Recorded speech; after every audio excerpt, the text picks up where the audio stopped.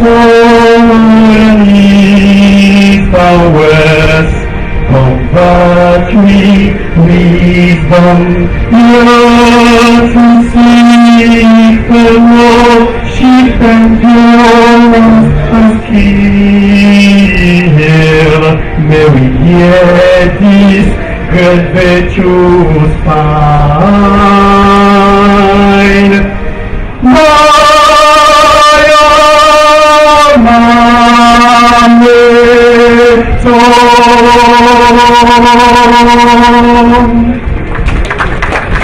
Let's put hands together for him.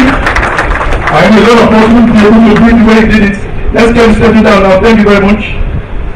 Thank you very much. We quickly want to move to the next program now. That is the address by the National President of the FUTO Alumni, Engineer NWC Chijioke.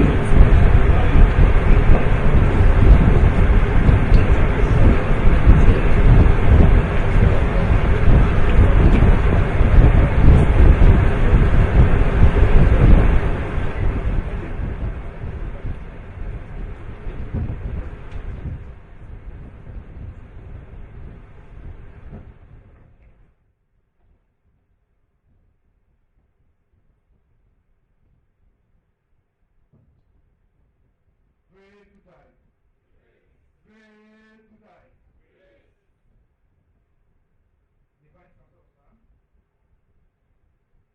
the principal officers of the university represented, the Chairman Board of Trustees, members of the National Executive Council of the Alumni, Chairman of the Biennial Lecture, and co-chairman of the occasion, special guests, distinguished members of the Alumni Association, ladies and gentlemen. I would like to start by apologizing for the late starting of this event today.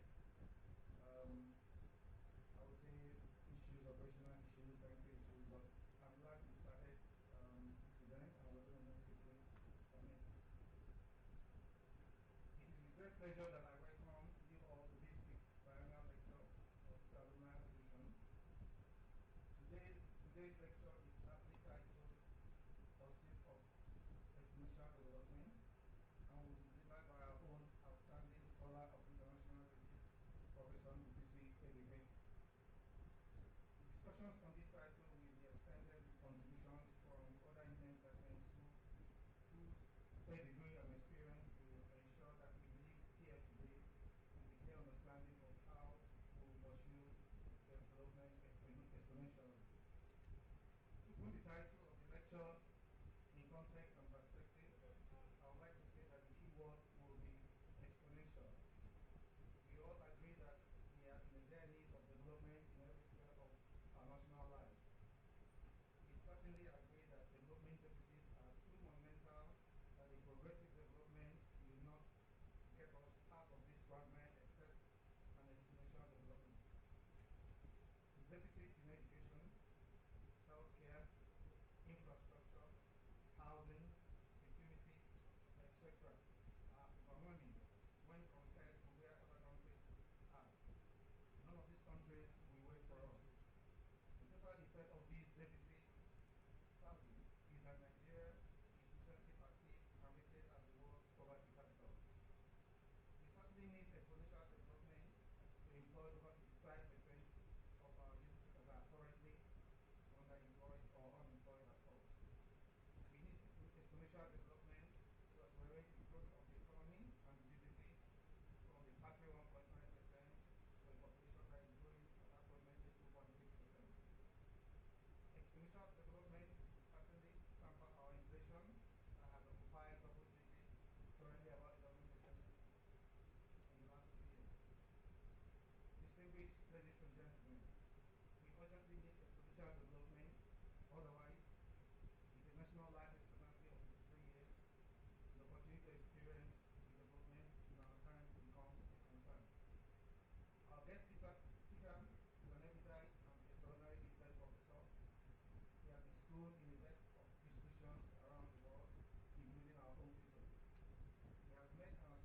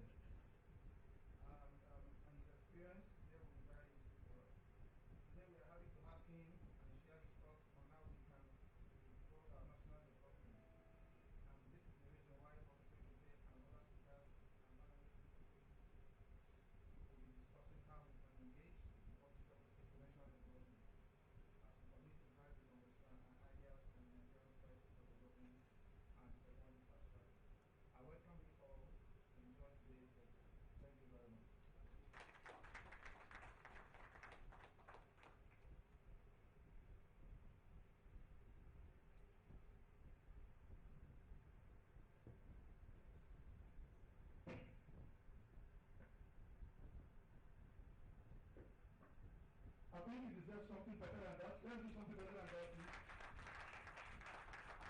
Like I said earlier on, I would be more comfortable addressing him as the President General, because he looks like that. His messages goes across the geographic political boundaries of the country. Quickly, we want to call upon the chairman of this occasion to give his opening speech in the person of Ambassador Henry Macaulay. That's what I'm going to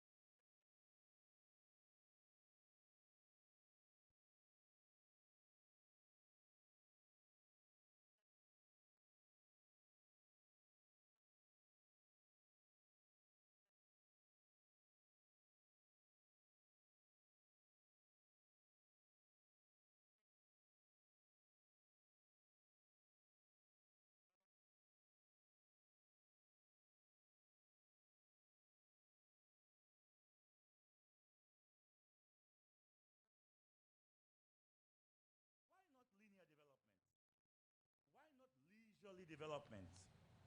Why not rapid development? Why exponential? Is it because we are so far behind that we need to leapfrog to catch up? Is it because the compelling negative forces seem to be winning and we must double up? Is it because the rest of the world is on a fast track and we risk being abandoned in a sea of technological despair?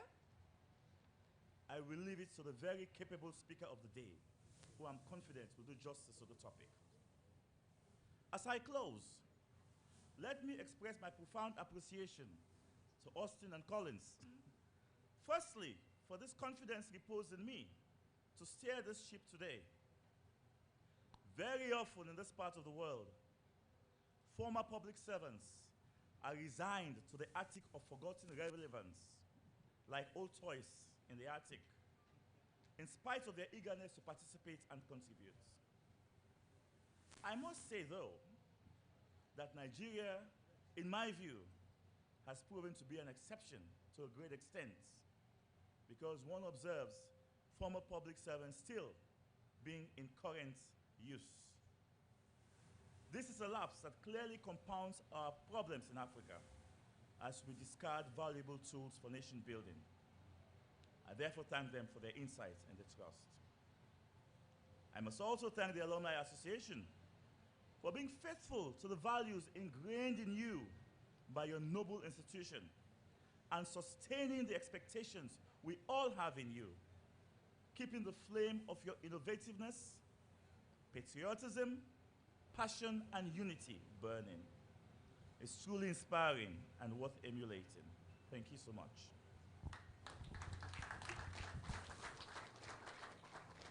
I intend to thoroughly enjoy myself today from this well-prepared table of brilliant discourses we're about to be feted with. And I ask that everyone here does the same. Believe me, we shall be truly enriched and blessed. Thank you once again, and a mighty round of applause for the Footites. Thank you.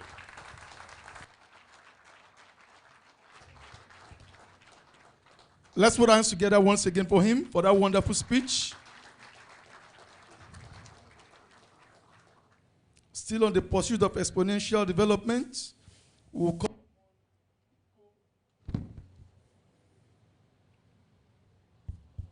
the co-chairman of the occasion, Engineer Kasim Ali, FNSC, to please come forward. Go to the next one.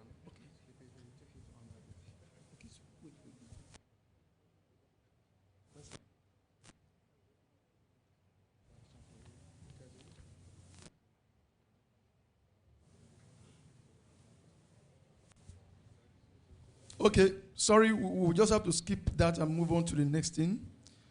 The welcome address by the chief hosts, Professor Francis C. Eze, that is the Vice Chancellor of Technology, ably represented here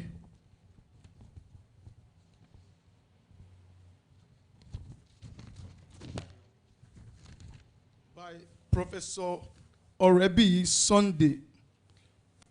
Let's put hands together for him, please.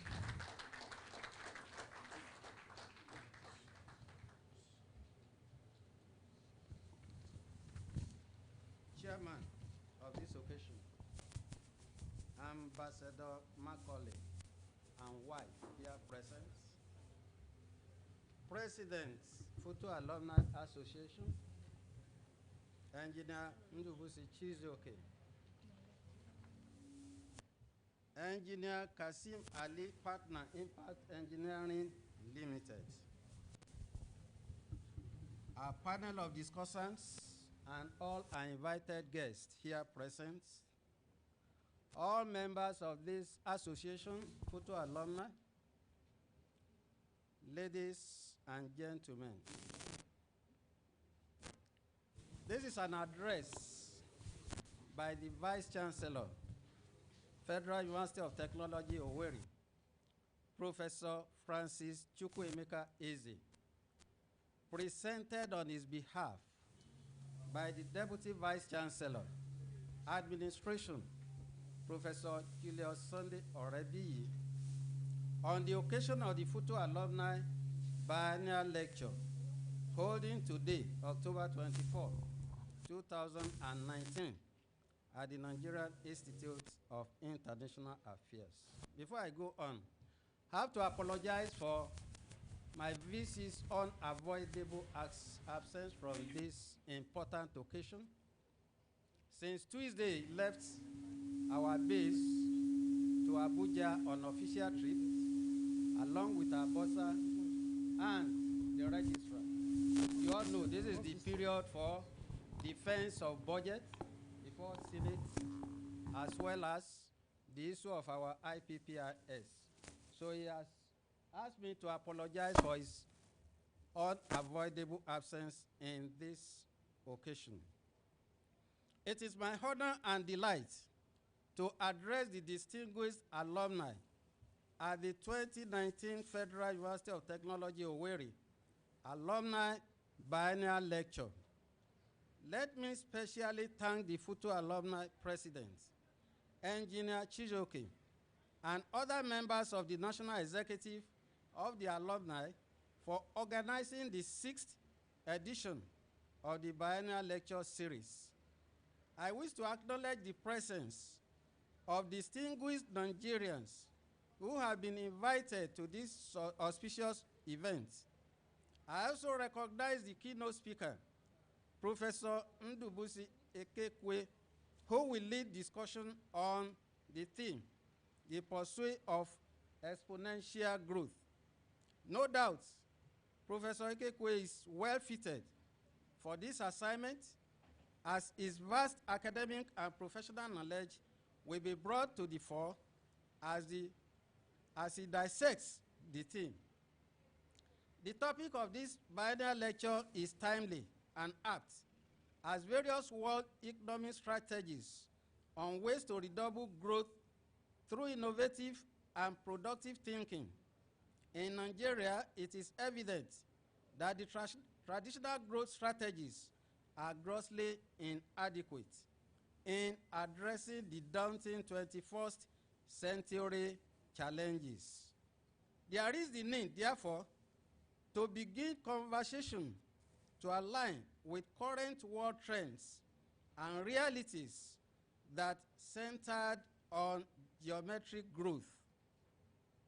The snail pace growth Nigeria had witnessed over the decades is grossly inadequate to lift many out of poverty and properly place her on the League of Developed Nations. As Nigeria's population grows, there is need to fast-track technologies, innovation on how we grow crops, add value to them, and invent technologies to fight hunger and live a modern life.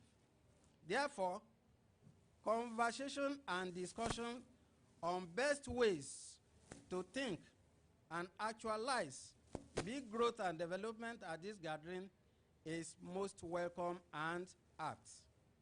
Ladies and gentlemen, the university management under my leadership is thinking out of the box with exponential growth in our mindset. We just commenced the new School of Computing and Information Technology, SCIT, that houses programs like software engineering, cybersecurity, and information technology. Also, through our recent elevation as Africa's future energies and electrochemical systems, which is called AC-FUES, we will soon begin a master's degree programs in electrochemical technology, future energies, nanotechnology, and corrosion technology.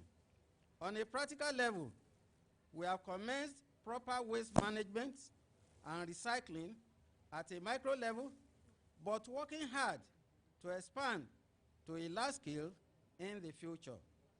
As I end this address, let me thank the members of FUTO Alumni for their support to the university, and also invite them to partner with the university so as to keep the brand FUTO alive and irresistible. On behalf of the Governing Council, the Senate, management, staff and students of the Federal University of Technology, Owerri, I once more thank the organizers of this lecture and wish you a successful deliberation. Thank you all, and God bless us all.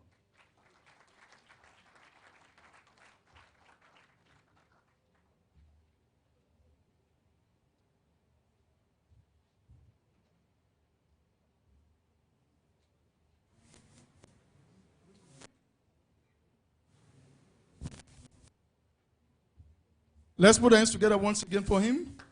That was a good one. I just want to use this opportunity to give us an information. The IT persons are going to show us the link for one of the speeches we're going to get by 1 p.m. right here. So please, I'll crave your indulgence. Let's see the link so that everyone could be carried along. We're waiting. Just show us the link so that everyone could see.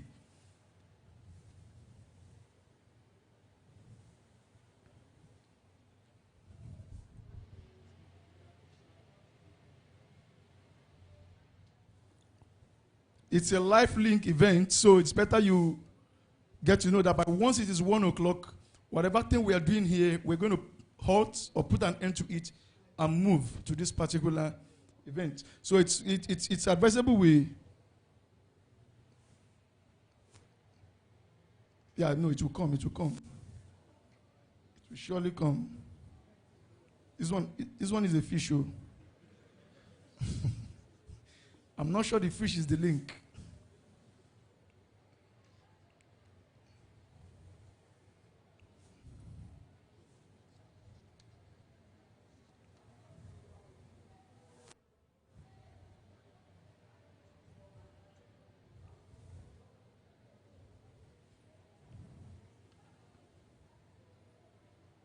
Yeah. Don't worry, it's coming and going. Just for us to have an idea. Those of you there, you can, if it's comfortable to look at it from that side, it's also good. If it's comfortable for you to look at it from that side, just to let us know what it's going to look like. By 1 p.m., we're going to join him for a live speech. But just before then, let's quickly move on to another speech from the Director, Office of the University Development, Professor KB Oyo, ably represented by Dr. Richard Ihejirika, is going to come forward to give us the address. Let's put our hands together for him, please. Let's put our hands together for him.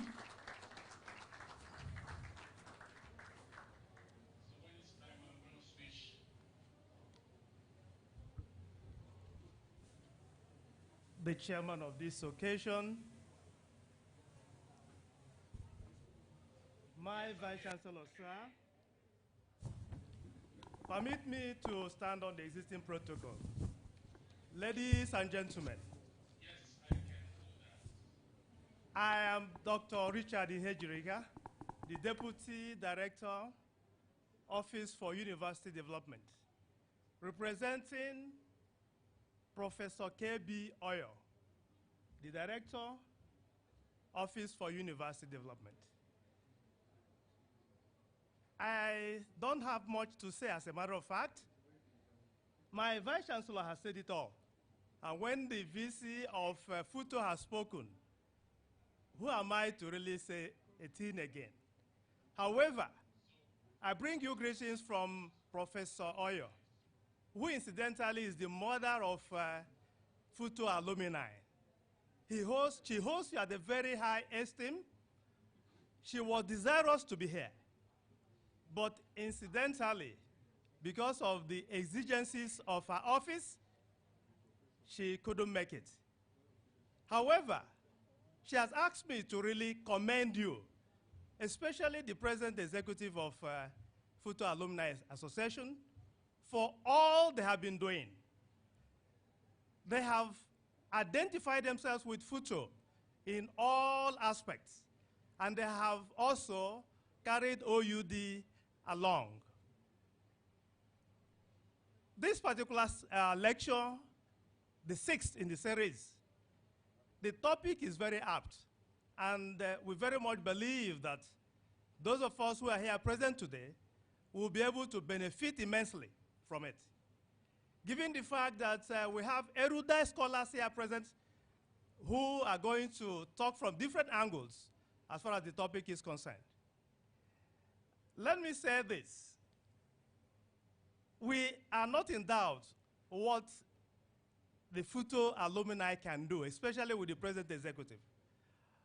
But we still want to suggest that this lecture could also be extended to the mother institution so that the student population can benefit from this lecture. On that note, ladies and gentlemen, I want to really wish FUTO alumni well and assure them that we must continue to support them as OUD and encourage them so that they can continue to deliver. Thank you very much, while we wish you a successful lecture series. Thank you very much.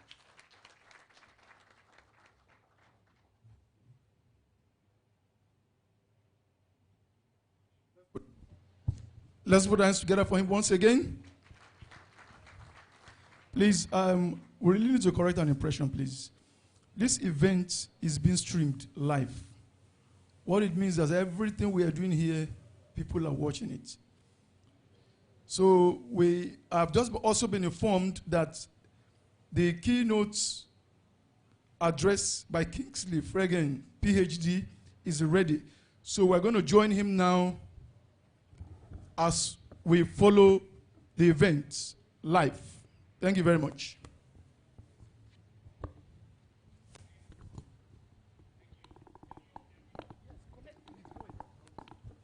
Volume. Okay.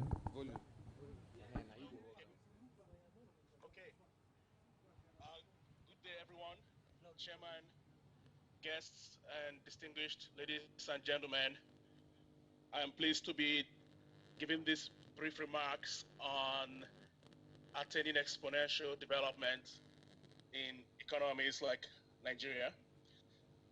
I'll be talking about different types of growth that can converge to really power transformation in the Nigerian context. Before I do that, I just want to give a quick history of industrial revolutions. As many of you know, a lot of the revolutions we see today started with the advent of steam power generation in the late 18th century. And that was particularly manifested in the ability to create textiles in a much quicker and efficient way. And then this was followed by an innovation in the meat packing industry, where electrification was used to drive mass production in slaughterhouses.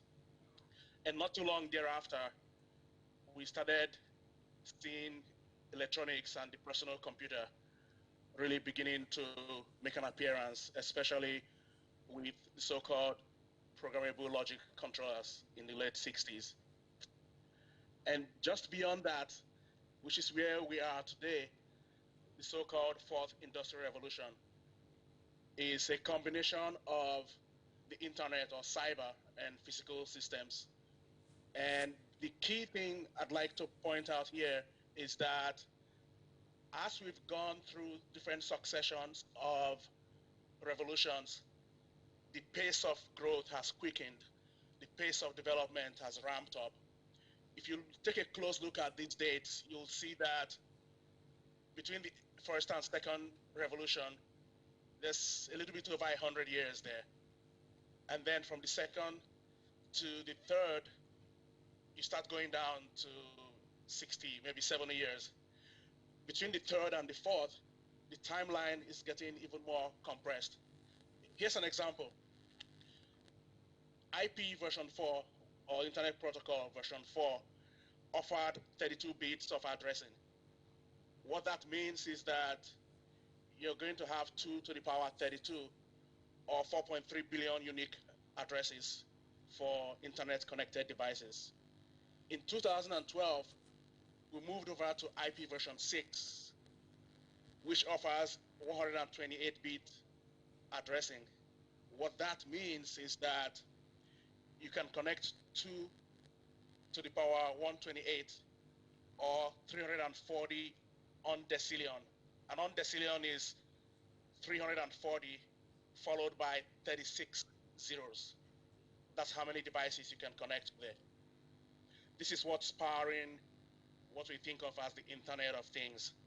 And that's also partly what's powering a lot of the AI and machine learning revolution we are seeing today. So that's Industry 4.0. What's the next thing? I believe that the fifth revolution is going to be all about cognitive computing.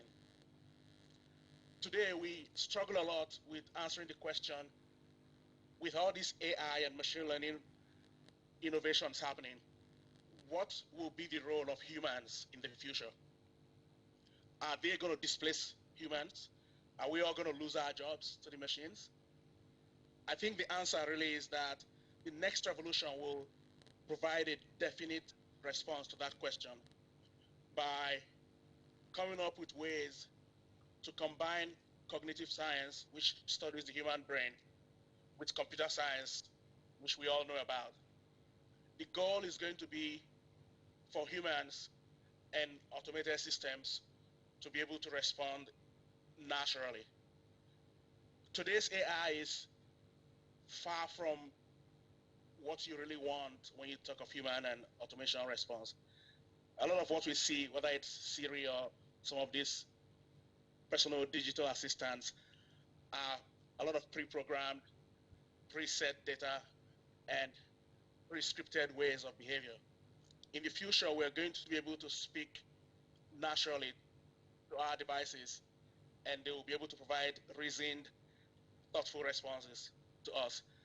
That is what's going to power the next revolution, in my opinion.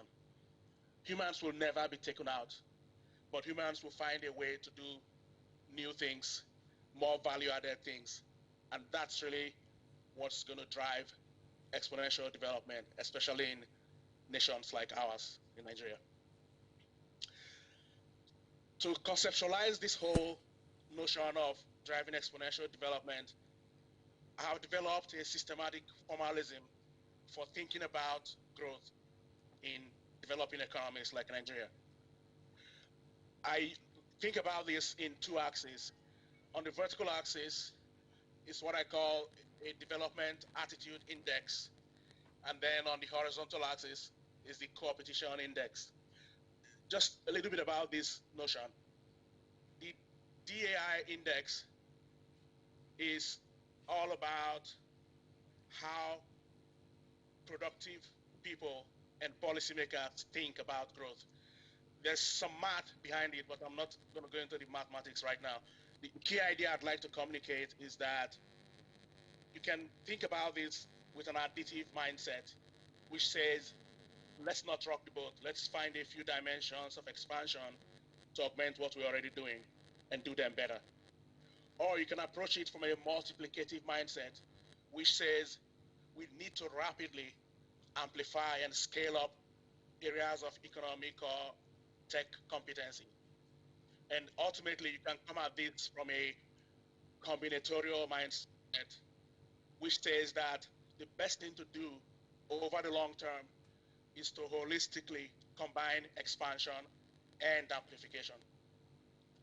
On the horizontal axis, competition, yes, that's not a typo. That's an actual word. It's a combination of cooperation and competition. Competition scale basically says, are we creating capabilities in silos that are diffuse and spread out, or are we building an ecosystem where a large number of entities can coalesce around key ideas and grow in that manner by cooperating and competing? Now, with this type of construct, there are four distinct states of development. In the evolutionary state, we are looking at portions of our economy portions of our market that go at a slower pace. They are there. We can't avoid them. There are aspects of our economy that are growing at a slower pace, and things gradually get better. But what we're doing here is we're sticking with what's working, and we're improving on those things, and we're fine-tuning. In the competitive state of development, we are connecting with other organizations and other sectors and growing together to achieve scale. In the revolutionary development, there's a transformation that's happening similar to what we've seen with the industrial revolutions I just talked about. And ultimately, in exponential development, there's an intersection of evolutionary, competitive, and revolutionary development that's yielding broad, rapid development, much faster than Moore's law, which, as many of you know, says that processing power would double approximately every 18 months. Let me make 4 quick recommendations about this. For a growing economy like ours, there are good candidates for evolutionary development, and the way you get at that is to look at entrenched systems, such as public utilities or the electric grid, where we have a significant technological debt or infrastructure that's already in place. Yeah, I know they don't always work, but if you think about it, the cost to the economy of a downtime that you will incur by trying to do a whole-scale overhaul of these systems is so astronomical that your best bet is to do a retrofit with proven systems and proven technologies that work. I'd like to encourage everyone to think very carefully about a lot of the technologies that people are hyping today. People are promising much more than these technologies can truly deliver, and focus on proven real technologies that can make a difference, that will form the backbone of how we grow to exponential development. The next thing I'd like to talk about is how we bring in enabling public policy. We have all heard the stereotypical origin story of a lone entrepreneur who breaks all the rules and turns an entire industry on its head and gets fabulously wealthy in the process. As you might imagine, that's not always the true story. That's not the whole story. Even if it were true, it's not necessarily a model that you can clone from the Western world and apply in our Nigerian context. Because frankly, our governance model is quite different. In developing economies like ours, the reality is that there's a strong role for policymakers in achieving development.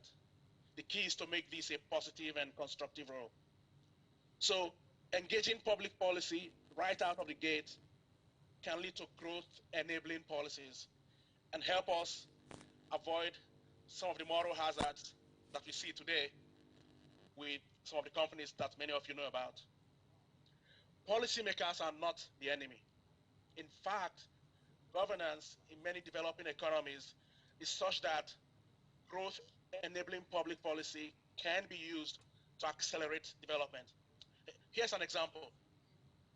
In Nigeria, the availability of capital at the scale you need to compress the timeline for exponential development is a tough challenge.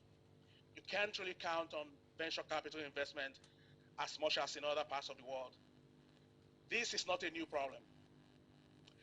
Here's how many of the currently booming economies in Southeast Asia, here's how they solved this problem. What they did was policymakers sat down with the private sector, chart out. The next point I'd like to make here is what I call wide aperture human capital. For all of you entrepreneurs and business leaders in the room, look beyond degrees and academic pedigree as you hire talent. The reality is that talent comes in all forms and all shapes. Yeah, there's reason to understand that it takes all kinds of people with all kinds of background to achieve the development we seek. The good news is that Nigeria is blessed with all kinds of people, not just engineers and scientists. Let's open the door for people who have a liberal arts or design background. Bring in folks who are steeped in Chinua Achebe, J.P. Clark, Wole Soyinka, or even the Greek classics. Bring in people who are happy talking about Chimamanda Adichie and all she's writing about. Open up the aperture. You'd be amazed at what insights these disparate background can bring to unlock value for your organizations and for our nation. Many of you know that here in the US, people think that you have to graduate from top schools like Stanford, MIT, Johns Hopkins, and so on to be any good in tech. Perhaps in Nigeria, people think that you have to graduate from FUTO to be good. Yeah, I'm biased, I know. But this is just a perception. It's not reality. The reality is that it's not quite that way. A few years ago, I took a chance and hired a young lady from a no-name state university to work in my organization. She has a degree in sociology, and we're working on human-robot interaction, so I thought somebody with that background could contribute.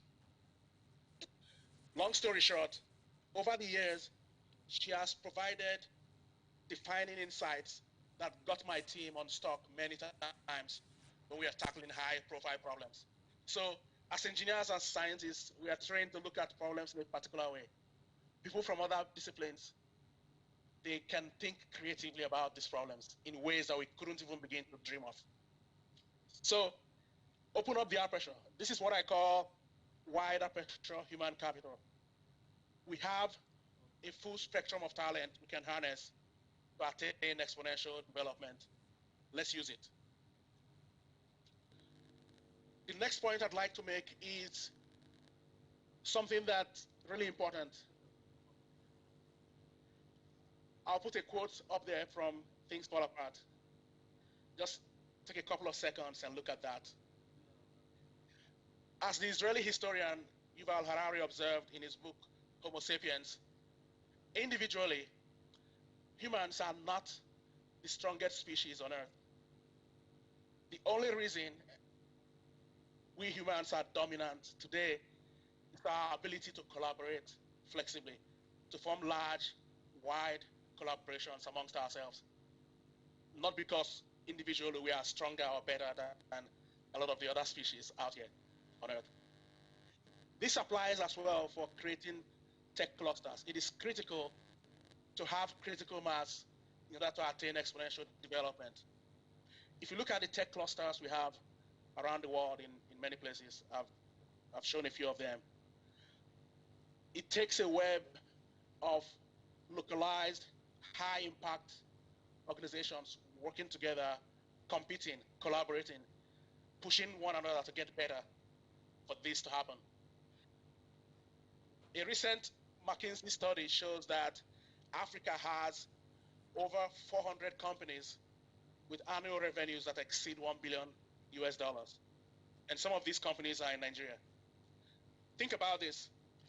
If just 1% of this money is invested in creating innovation clusters, perhaps chartered to benefit the entire continent with specific areas for different nations, think about how much difference that would make.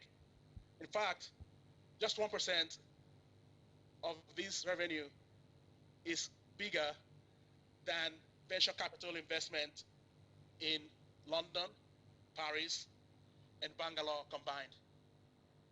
That's something we can do today. So, in convergence then, there are multiple steps. It's not always linear. There are cases where transitions will happen from evolutionary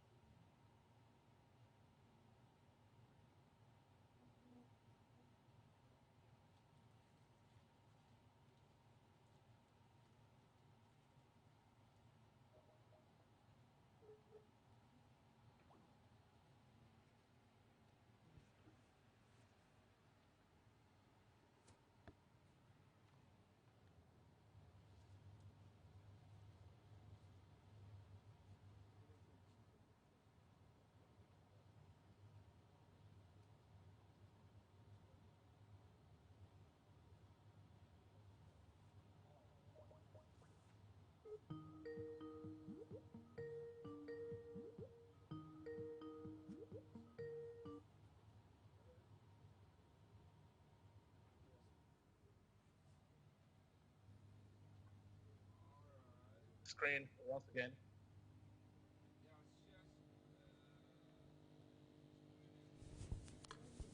Okay. Where did we cut off?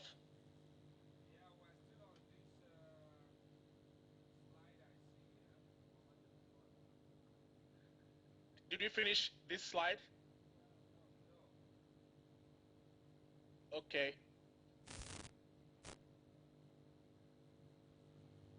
All right. So let me go through this again. Can you hear me?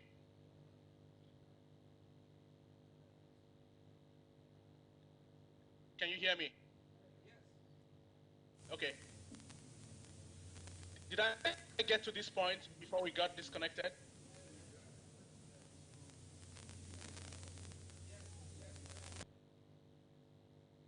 Okay. So I was just saying here that a recent study by McKinsey shows that Africa has over 400 companies with annual revenues that exceed $1 billion US. And some of these are in Nigeria. So just think about this.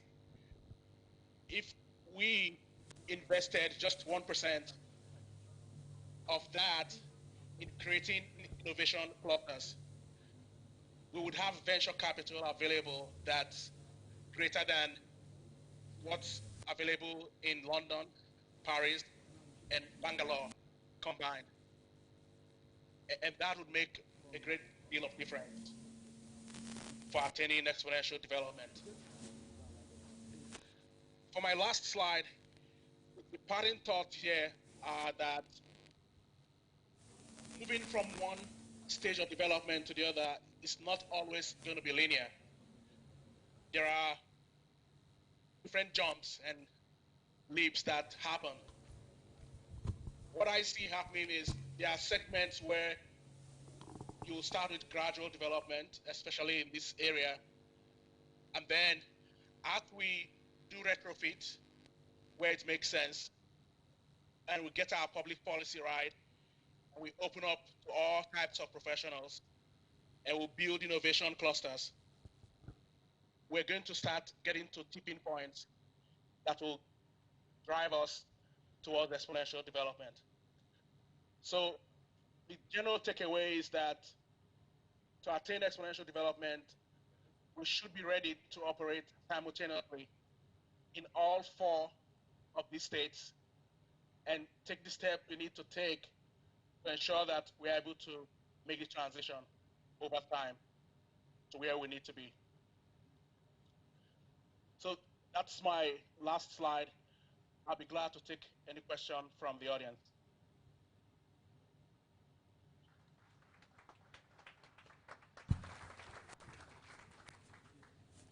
Thank you very much. Let's put our hands together once again for that wonderful piece. Yeah.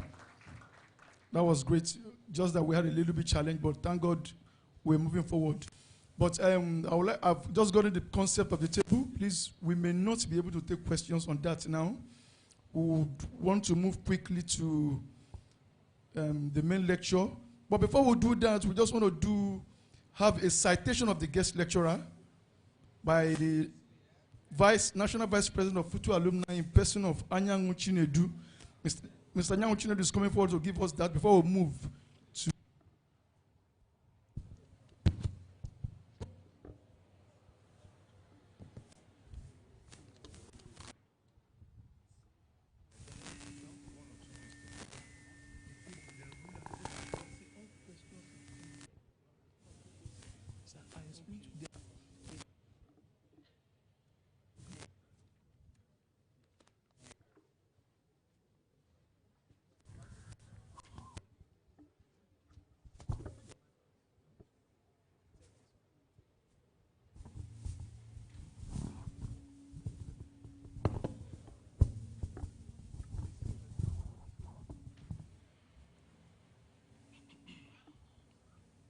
Great futoites. Great futoites. Prof, please kindly come forward so that we can present you to the audience.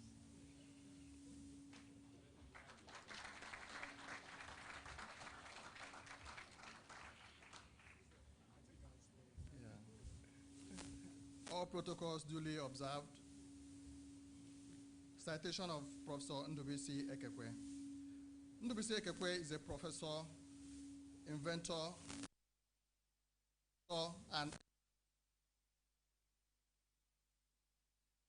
conductors and microelectronics, Fast Micro Group, West Africa's leading embedded systems company. Professor Ekekwe obtained his first degree in 1998 from Electrical and Electronics Engineering Department of Federal University of Technology, Owerri, where he emerged his class's best student. He holds 2 doctoral and 4 master's degrees, including PhD in Electrical and Computer Engineering from Johns Hopkins University, USA. Ekekwe holds professorship in Carnegie Mellon University and Babcock University. Ekekwe specialized in microelectronics and medical robotics engineering.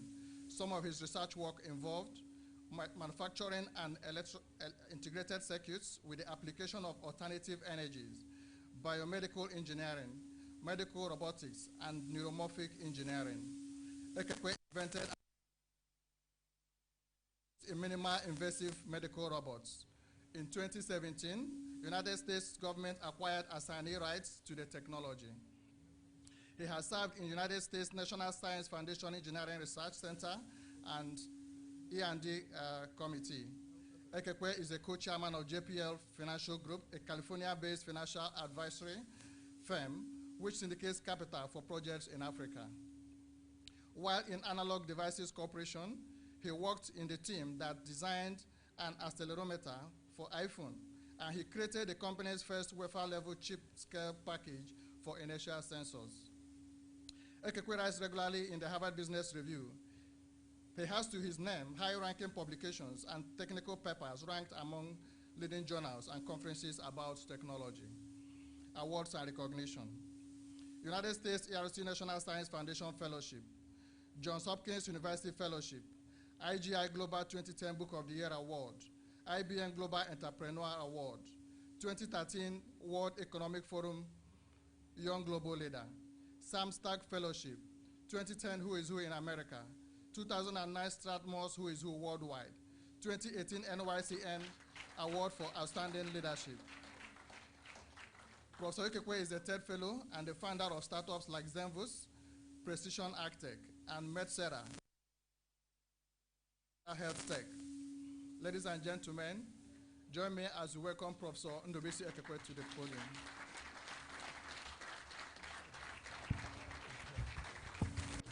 Thank you. Thank you. Please sit down. Thank you. Thank you.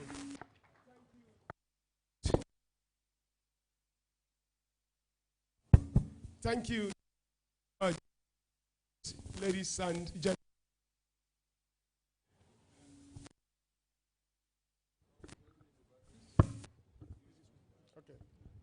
Okay, thank you. Thank you very much. Let me begin by thanking the chairman of our occasion and the chairman of occasion, and also Professor Sunday, and Engineer Kasim, and all other members of the high table.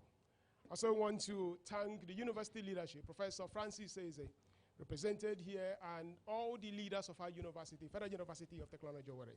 So I want to thank the alumni leadership, Engineer Chijoke Ndubisi, and Chinedu, and all of you, Collins Opera, for what you are doing for our University Association.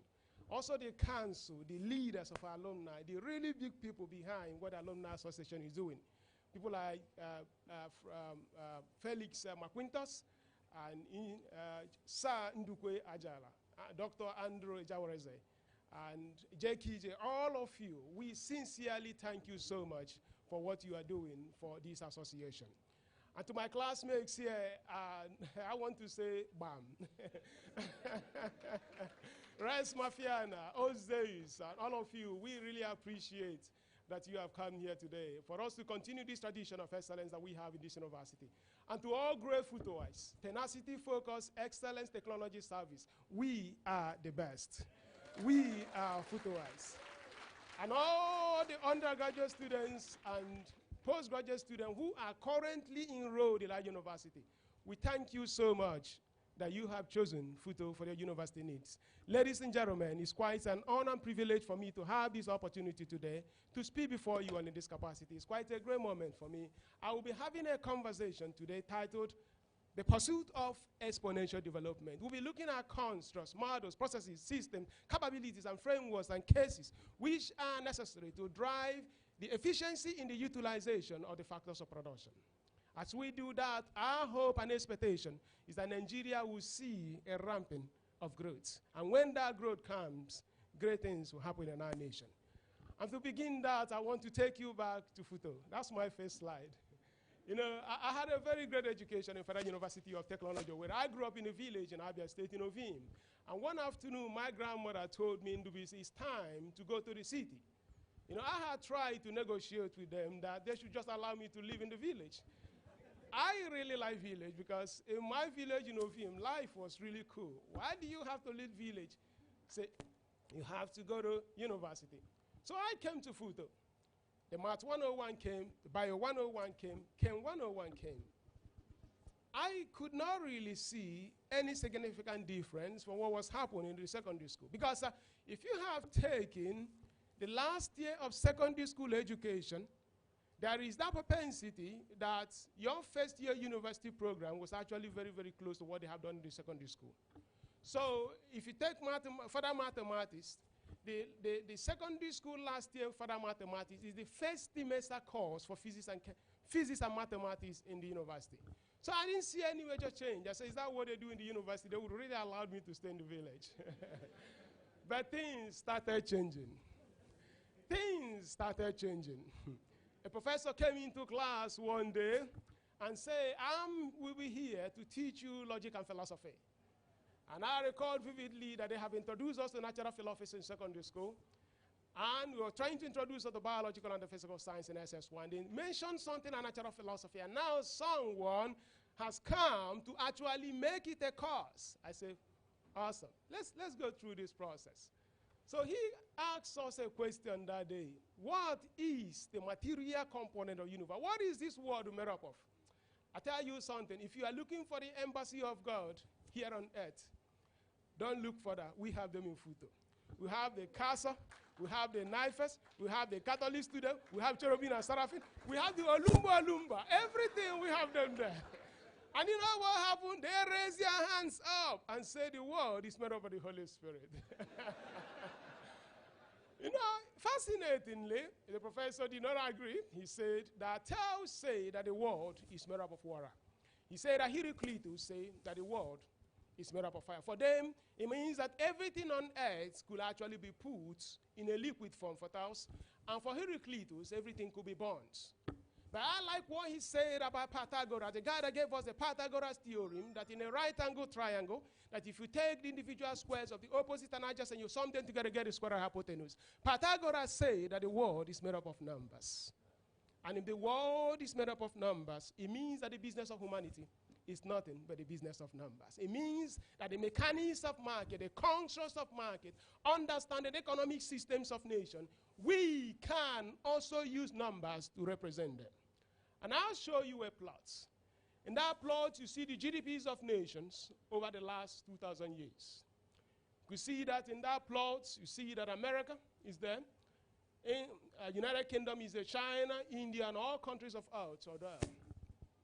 And across this period of time, you could see that China and India, they actually dominate a big percentage of the GDPs of nations over a very big period of time. In other words, in the last 20 centuries, China and India have actually been very dominant in the world economy.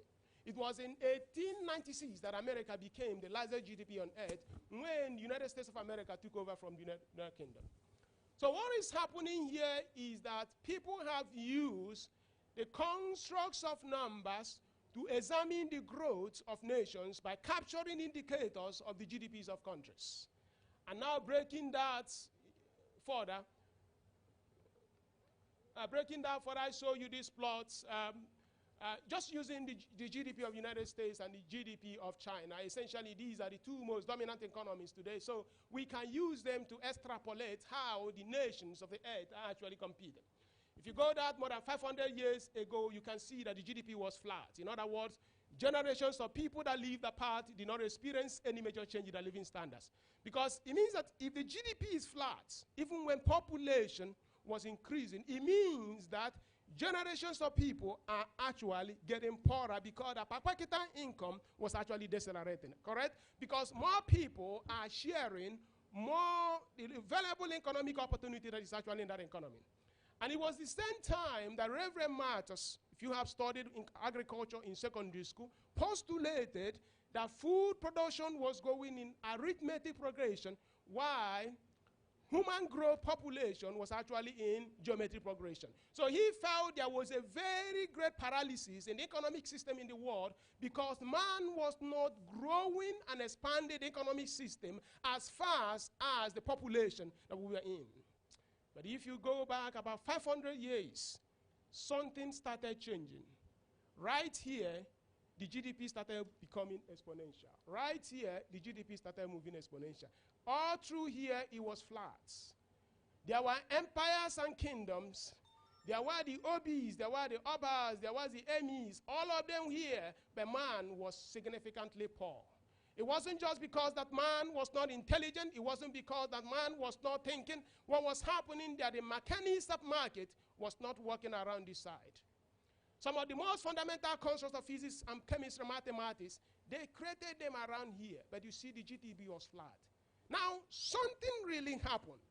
Why, from a flattened GDP, we now started seeing exponential growth in the GDP? My conversation with you is how to know how nations like China, how nations like America were able to now ramp up their GDP so that it moved from being flattened into exponential. So I'd ask you this question. Why do we even have to measure this thing called GDP? Why do we have this word, GDP, the gross domestic product, this phrase, whatever?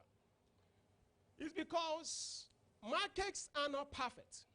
If markets are perfect, there will not even be a need to have economic activity. Let me explain it this way. In any economy, there is demand and supply. And the relationship and the interface of demand and supply is largely imperfect. In other words, the man who wants to buy something and the man who has something to sell cannot even efficiently come into equilibrium point easily. So because of that imperfection in the system, there is now a need for a company to exist because there are frictions that exist between demand and supply. I want to eat nkwobi. And one thing I can do is to go around the whole Nigeria looking for somebody that has nkwobi to sell. You want to drink zobo, you want to also go around Nigeria looking for somebody to sell you zobo. Or she wants to really like amala, and she wants to do the same thing. You agree with me that it's a lot of friction for you to be knocking at the door in each family in Nigeria looking for people that can actually sell you the services. So what happens? One woman says, let me start up a company. Let me start a venture. That venture is ABC Restaurants. If you are looking for zobo to drink, if you are looking for amala to eat, if you are looking for nkwobi to enjoy, just come to ABC Restaurants. You know what ABC Restaurant has done? It has fixed the friction that exists between me, who wants to eat nkwobi, and someone who can actually provide that nkwobi. At any time I want to eat nkwobi, I just go to ABC Restaurants. That means that companies exist to fix frictions which exist between demand and supply.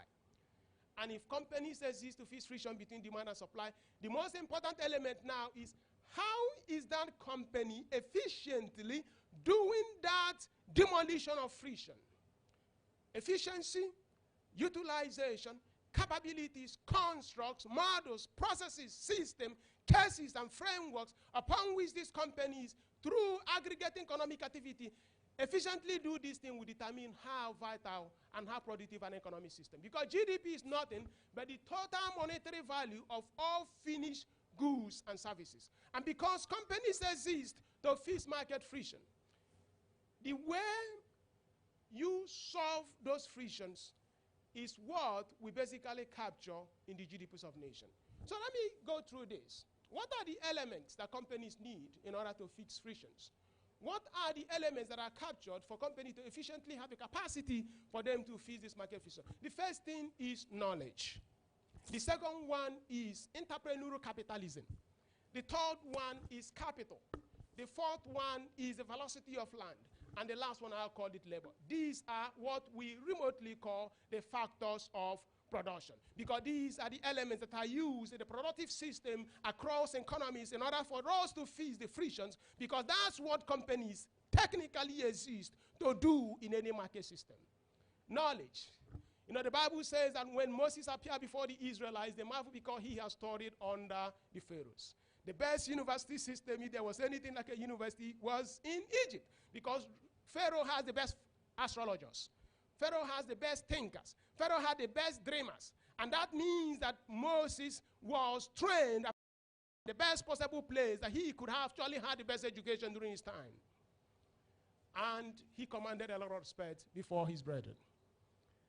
And because of that knowledge that Egypt had, Egypt ruled the world in his time. And from the Egyptian time, we went through the Babylonian Empire, when the time of Nebuchadnezzar, they ruled the world. And at the same time, we went to the Roman Empire.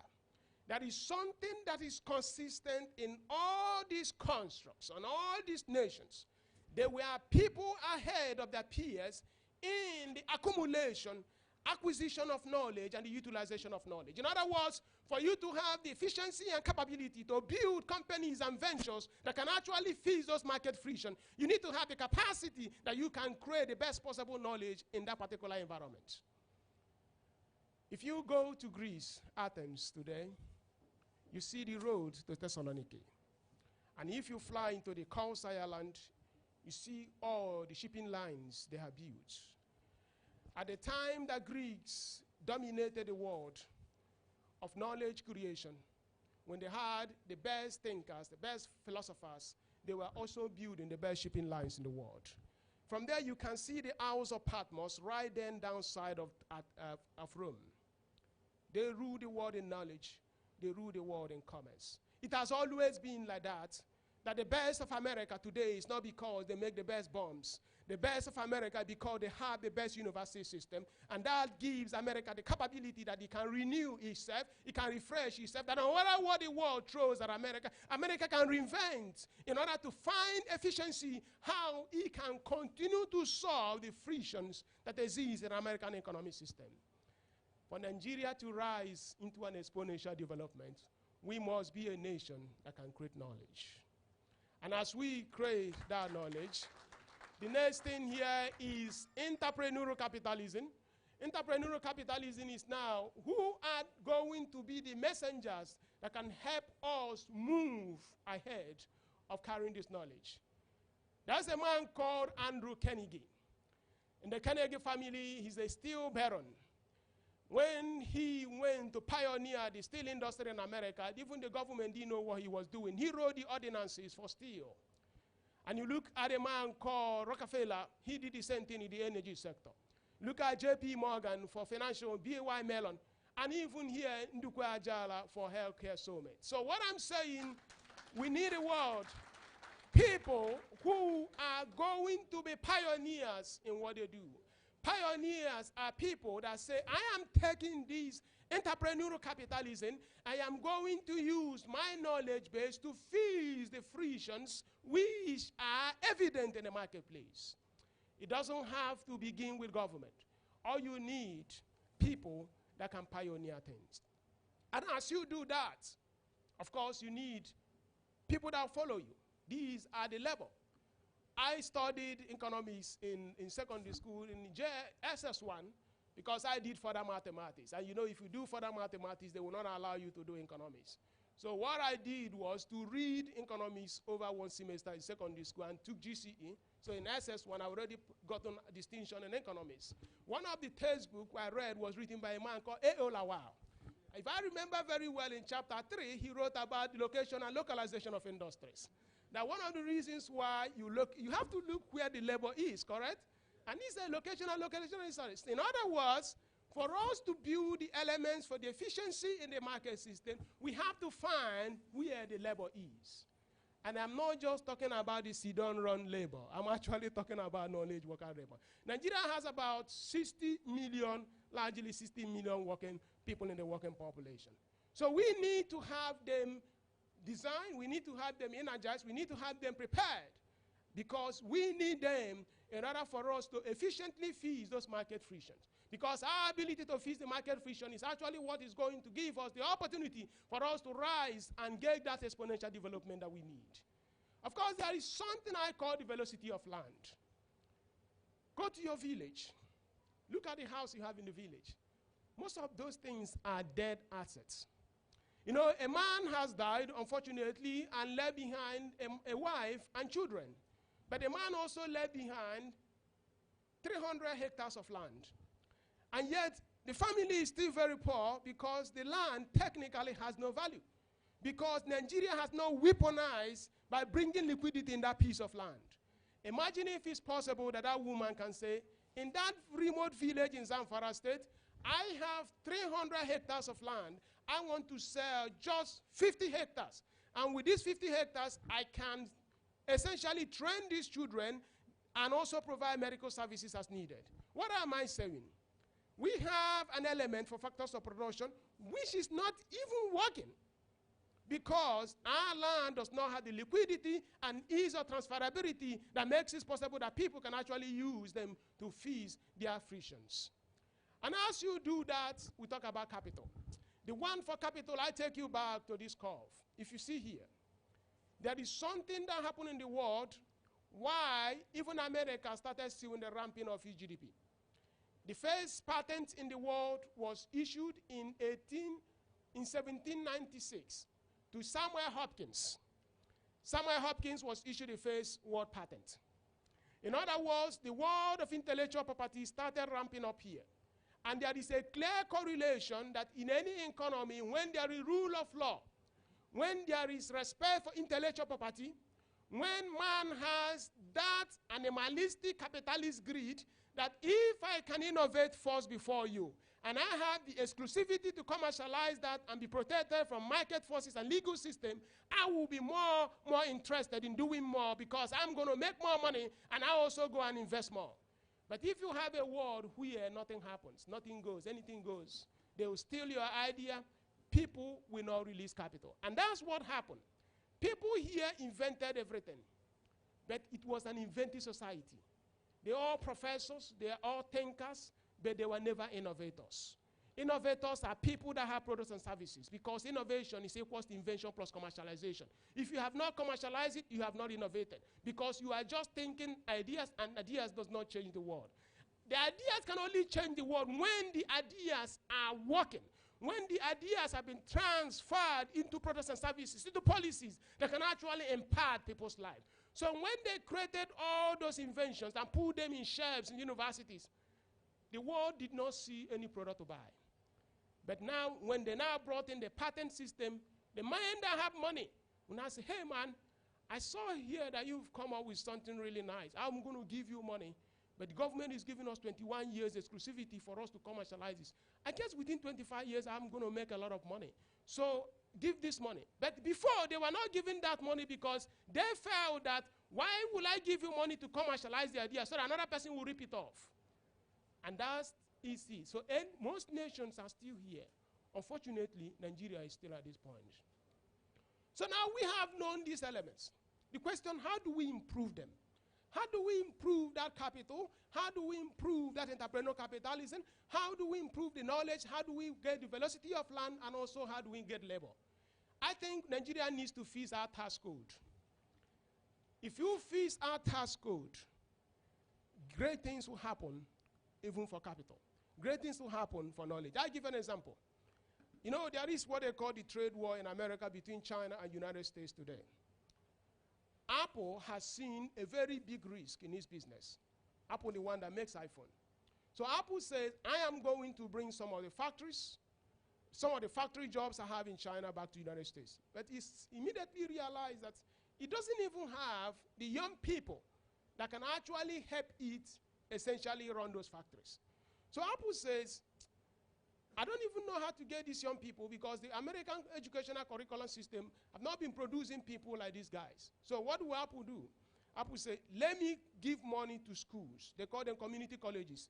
They are like the OND version of the polytechnics. But do you know the reason why Apple will prefer to give money to school over doing it itself? Any money Apple gives to university, it is tax deductible. In other words, you can give money to university and you can also be made whole.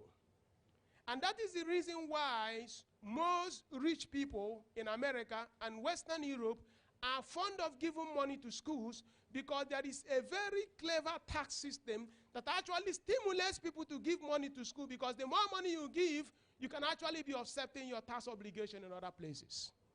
Nigeria does not have that system because when you give money to FUTO, you expense it in account and you are just doing for the Christmas. And that's why a lot of people will not do that. If you have a smart tax code policy, you are going to see people injecting more capital into the university system. You know, there was a period when GE was not paying tax. America said, we want to build a special plastic for our military system. And he said, if you can invent this plastic, we are going to give you a lot of tax waivers. And today, for most companies that do R&D, if you put money in research and development, government has a policy in the United States that actually allows you not to pay tax in certain areas of your project. So tax code is very, very critical. Another one is IPR, intellectual property rights. We need to have a construct that market system will be governed by the rule of law. And if we have the market system that is governed by the rule of law, Nigeria will move from an inventive society to an innovation society. Because innovation society is a society where there are goods and services. There is no problem in this country people have not discussed in a beer parlor last night. They have the answer how to fix electricity. They have the answer how to fix, get those products. But the next morning, the next 2 weeks, the next month, the next year, nothing has happened. There is a reason for that. It's lack of capability, and it's also lack of having the necessary environment for people to inject capital into the system. And the third one I will point out there, what I've called regenerative, destructive policy. You know, we like to protect the traditional incumbents in this country. We want to make sure that the banks keep having their good profits. Nothing wrong about that.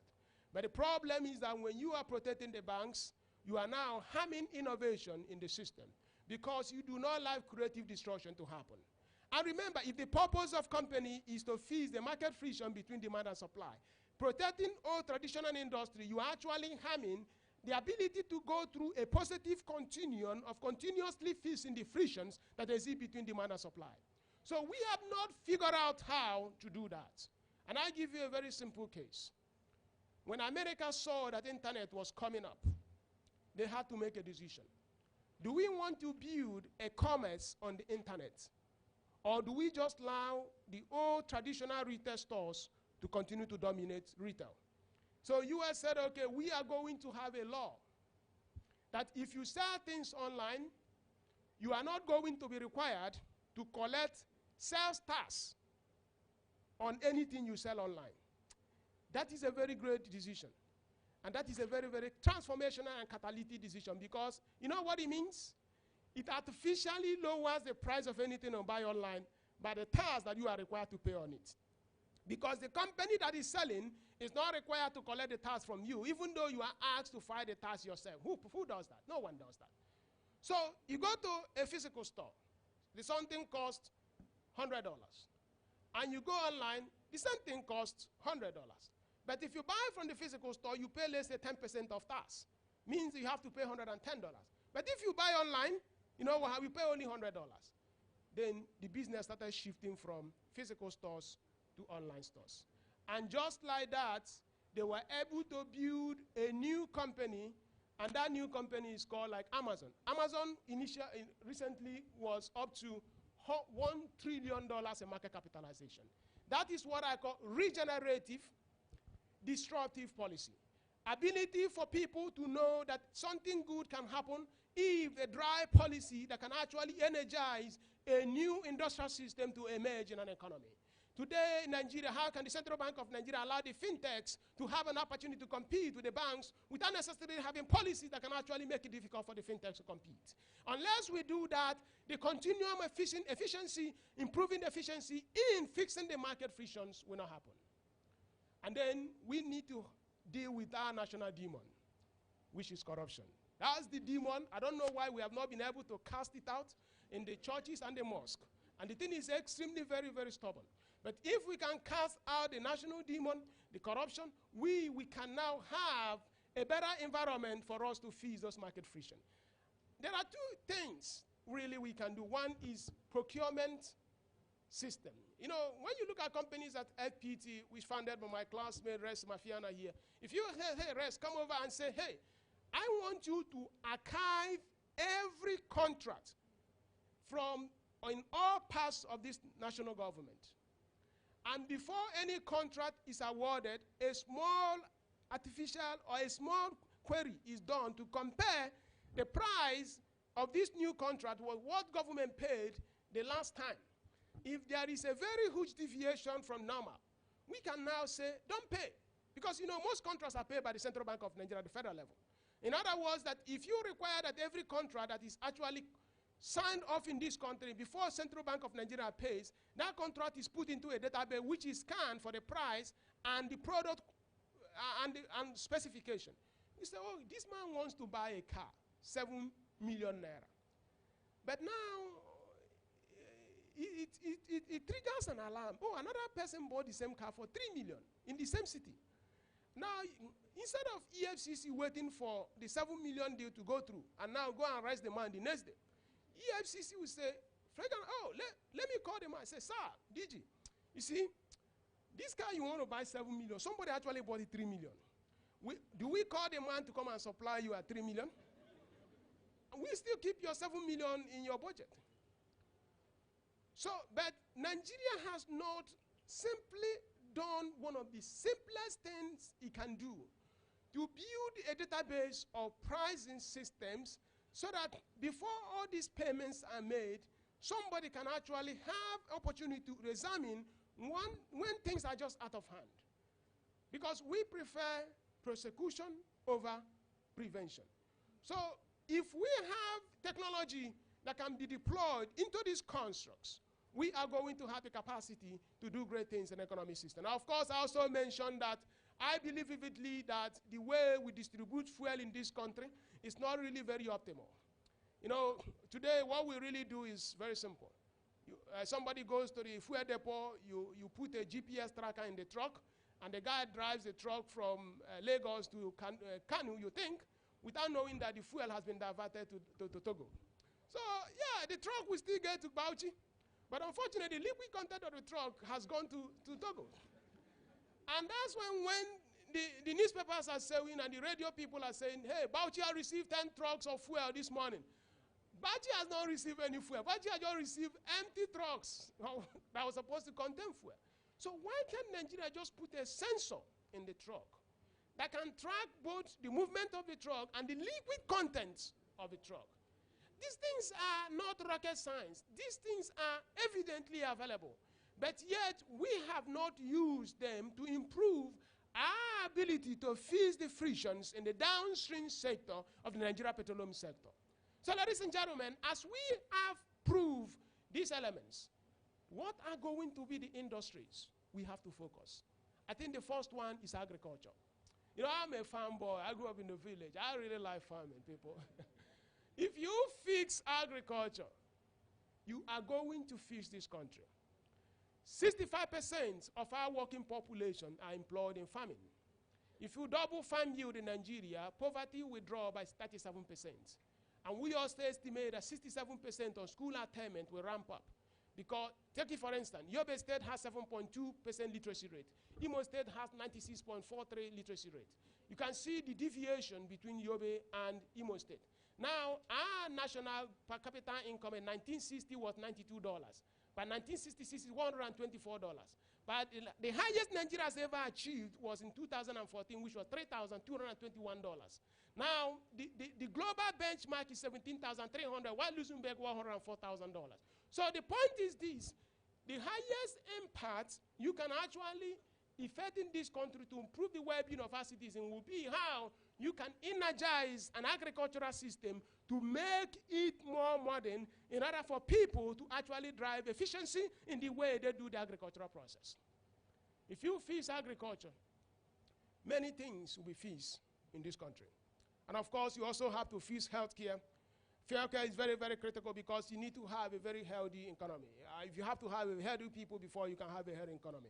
You know, I've seen cases where across these nations, there are people that crawl on the ground. Just go to Semes, go to Abalande, you see how men are using their keys to beg. I think sometimes they actually hand those little kids so that they can receive sympathy, so that somebody can give them 100 naira, 200 naira. And yet they are doing this thing and no one has picked them up to say, if you can just get this guy to a hospital, that big wound can actually go. But if the wound goes, the woman will not have source of income. And that means that people are using their children, putting them in extreme harm just because they want to raise some small money. You know, I see miracles in the lab. We are used to miracles in churches and mosques. You know, in my research area, we do what we call neuromorphic computing. It's a special type of electrical engineering where we study nature. We study the human anatomy, we study human biology. We look at the synapses, we look at the central nervous system, we look at the efferent neurons, intermediate neurons, and synapses, and we try to see how nature communicates and does everything it does in the human system. Every person, let's say the people that crawl, the people that are disabled, we don't use the word people that are physically challenged. Do you know that their legs are not necessarily dead? What is happening is that their brain cannot send signals to the neurons on their legs. If for any reason Nigerian government says, let's buy this special microprocessor that you can implant on their spinal cord so that when the brain sends a signal, those legs can be reactivated, those people will walk. And that is a miracle in the lab. It's not in the one in the church or the mosque. I know you get your own. I say this thing, ladies and gentlemen, there are so many things that can happen in the healthcare sector, and that is the reason why you see these American soldiers, they have just returned from warfare, paralyzed. But before the next 6 months, they are running marathon. They are running marathon because they have gone through a healthcare system that is modern. And as we fix that, I also believe that our real estate has to be real. What we have now is not real estate. What we just have here is just something that doesn't even make sense, because how can you tell me that a man that has 1,000 hectares of land is considered to be a poor man? It doesn't make sense, because the land does not have any liquidity or velocity. When I use the word velocity, it means that it has to have the capacity for somebody to easily sell and buy that land, irrespective of the location of that land in any part of Nigeria. If people can have the opportunity in remote areas, in Sokoto, in Abia State, in every part of this country, to sell a portion of their land easily and efficiently, you see that wealth will be unlocked out of this country. There are people that are sitting on acres of land, yet they are dying out of abject poverty, because Nigeria has not figured out a process to help them unlock value out of the assets they have. Digital asset register, making it possible that all lands in this country are actually put into a database so that they can easily be bought and sold at will. And now maintaining a very solid framework and make sure there is no element of fraud or corruption. I believe that our startups can lead in that change, but government has to provide a framework that will make it possible for them to lead. And when I just say that, I'm talking about technology. Technology has so much it can do. Technology has so much opportunity it can offer this country. But that technology can also come when we have to deploy knowledge in the university system. My proposal is that we need about $10 billion every year in the university system. Of course, you know that one university in America, but just more than all the universities in Nigeria combined. How are you going to compete with them people? Even if we just think that we wish it, it's not going to happen. So $10 billion will now help us to begin to invest in teams of the future. We need to build the capabilities, because without the capabilities, we cannot have the opportunity to create new knowledge which will help us to attack those frictions in the marketplace more efficiently. And unless we attack those frictions more efficiently, we cannot ramp up the GDP. I don't want to come here to become like another professor who does this liturgy of talking. And I want to show you practical cases of what even my own company is doing. The left-hand side is one of our products called Zemvos. Zemvos is an agricultural, precision agriculture company. If you put our sensors in the soil, they'll collect information like temperature, moisture, humidity, electroconductivity of that soil, and you send that data through Wi-Fi, GSM, or satellite into a cloud server where we abuse some computational algorithms. And the farmer will now have inside a better understanding of what is happening in the farm. So instead of you going to buy goat and buy cow or buy fowl to sacrifice to your ancestors and your gods to help you have a humble harvest, we ask you, forget about those crops. Come here and get Zemvos, because we are going to help you with tools and data to know what is happening in the farm and what the crops need. It is as simple as that. Your ancestors likely died very poor. That because they are dead, they are not going to make you rich. The only way they can help you become rich is if you begin to change what you're actually doing. So no matter how much effort you try, even you're upgrading from chicken to goats, you are not going to get lucky. So what we do here is, as those crops begin to go, we also have hyperspectral cameras that image the vegetation of the farm. We use a computational algorithm called NDVI, normalized different vegetation in there. It's essentially a very small mathematical system where if you look at the electromagnetic waves as incidents on the vegetation of crops, we now see how the absorptive capacities of those crops actually happen on those electromagnetic waves. By using that, you know when the crops are sick, when they are attacked by disease, when they are attacked by pests, when they don't have enough moisture. And concatenate that data, we now tell you what, when, and how to farm. And it's very, very fascinating, because we can tell you in the next 3 days, you need to irrigate this farm. But hold on, rain is coming in the next 6 hours. So what is happening there is that we save you effort to actually waste resource. We tell you, don't even try to apply fertilizer in the next 3 days, because rainfall is going to come. Because it's going to wash out the fertilizer that you're about to apply. What I'm trying to say here is that we need to have a mechanism of using these modern technologies to advance our agricultural system.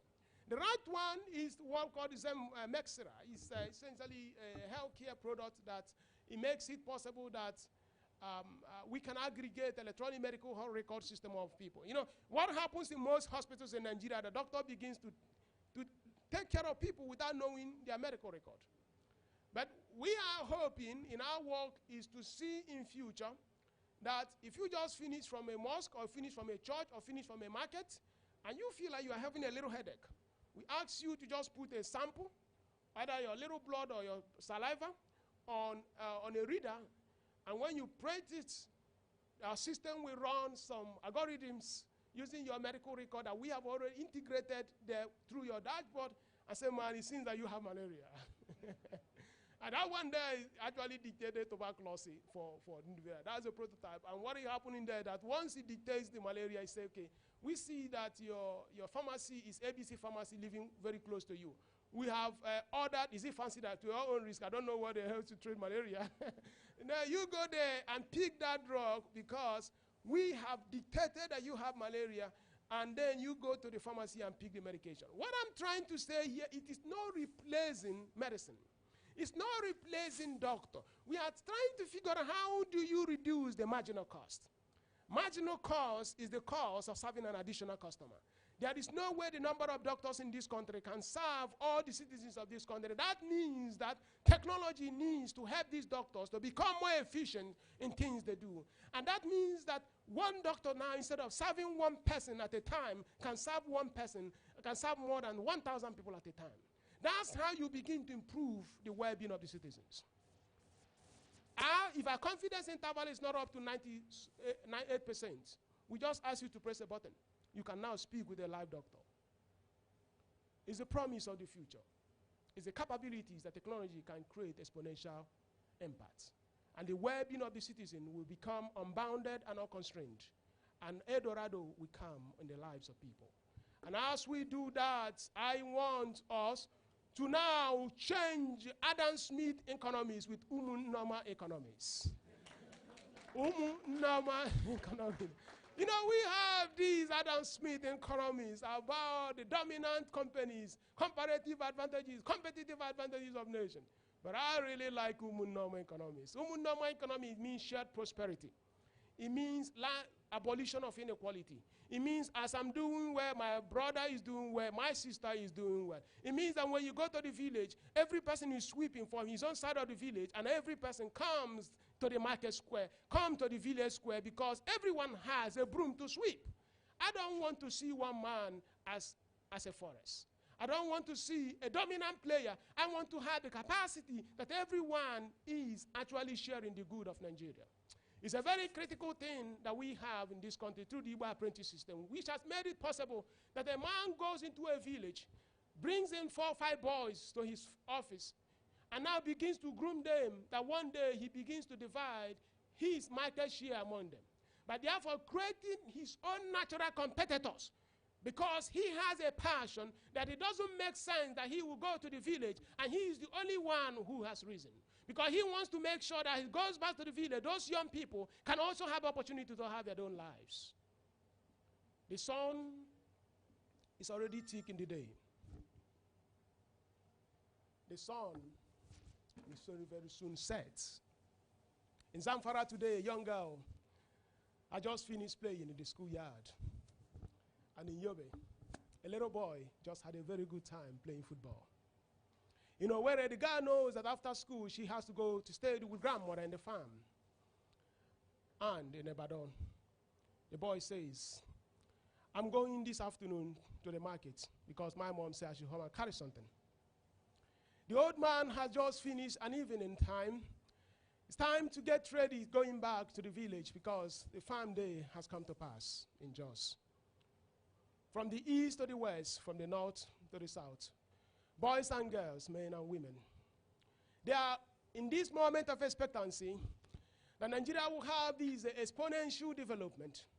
But for these people, what really matters for them is that they have exponential development in their lives. They want to see exponential well-being in their lives. They want to see exponential development in their lives. It's not just that Nigeria is seeing exponential development. We are all FUTO-wise. We are the best. We are called into this technology for service. With all these constructs, tenacity, focus, excellence, and service, we have to build their future for all to rise and not that the few has risen. Thank you very much, ladies and gentlemen.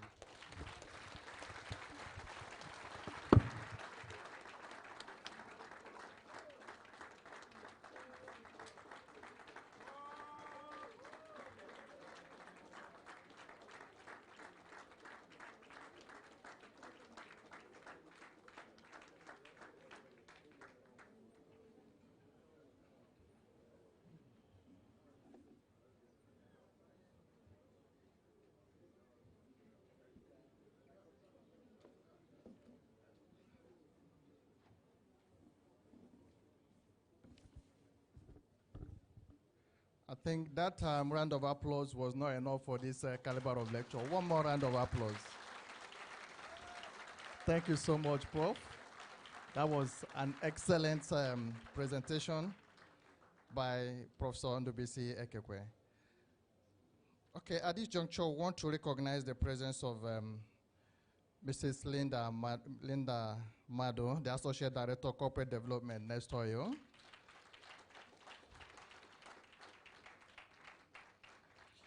We're also recognizing the presence of Engineer Belonduru, a former National Vice President, FUTO Alumni Association, and a Director of Chimons Gas Limited. We recognize the presence of Professor Damian Dike, a member of BOT, a professor in Federal University of Technology, Owerri.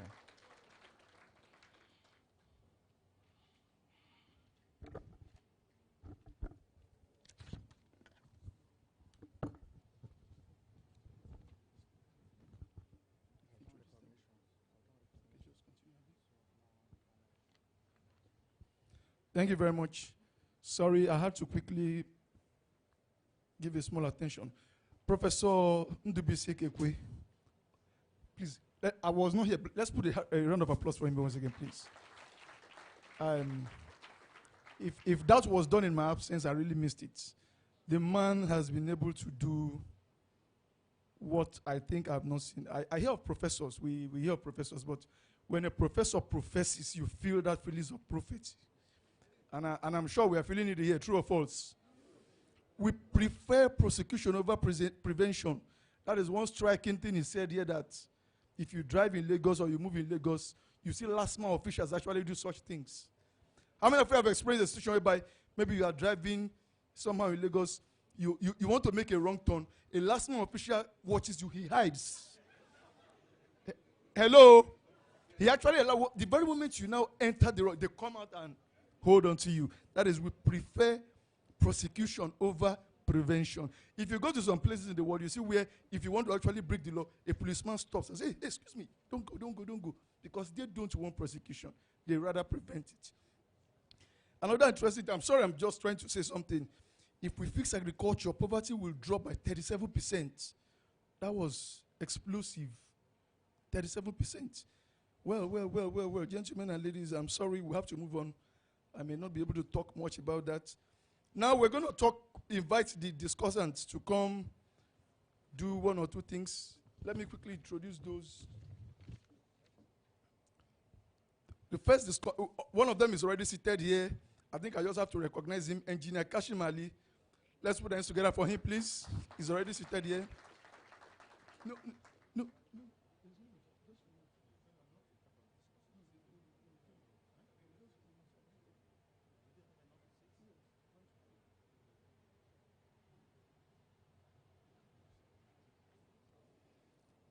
Also, we'll be having Joe Mwakwe.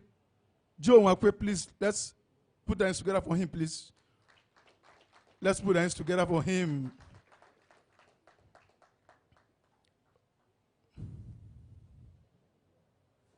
Linda Madu will also be joining us here to be part of this program. Linda Madu, please, let's put hands together for.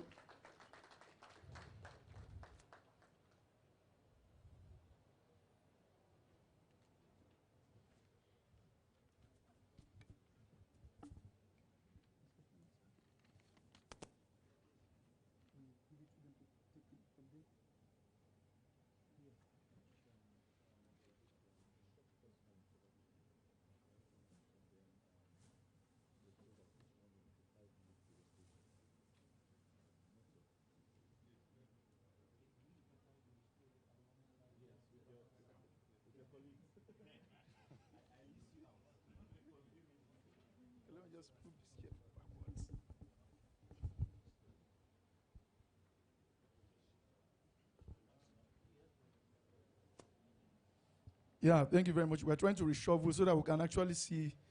We'd have a team, a three-man team of the discussants. They are well seated now.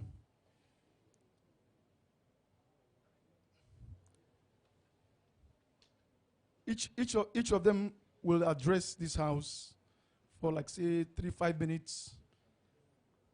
So I'm going to start with Engineer Kashim Ali. Thank you very much, sir. Okay.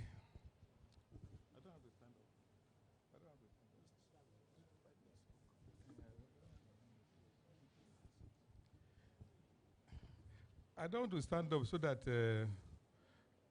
when I feel I don't fall down. You know, I had the option of just being the co-chair and maybe read a generic statement and go away. But I choose to take this task. But after listening to the professor, I regret my decision. Because I'm not normally a very good student. I like to multitask. So I wait until the whole thing is over, then I read up. But now I don't have that chance. So let's start. Well, both of them spoke very well. Well, let's start from the chairman, who said, why exponential development? And that is the truth. if we, I want to situate my own Nigeria, because if we have been, I don't even know if we have been crawling. If we have been barely moving, why are we jumping from that to exponential development? But the answer again came from Fregene, who says that, you know, because there was industrial revolution, the first, the second, and the fourth. The fact that we are born now does not mean you have to start from the first industrial revolution. You have to jump to the fourth revolution. And it also, he said it, and it has been said over and over, that today, the world has been so designed that you don't need too much knowledge to make progress. You don't need to go to the best schools. You don't need to have all the PhDs to make progress. In terms of, in fact, some people now say that there is still no need again to go to school, because the artificial intelligence has come in. You can get everything you want from the computer. Today, even Ekekwe has talked about now his own innovation, where you can just put your saliva or your blood, and you know whether you have malaria or you have tuberculosis.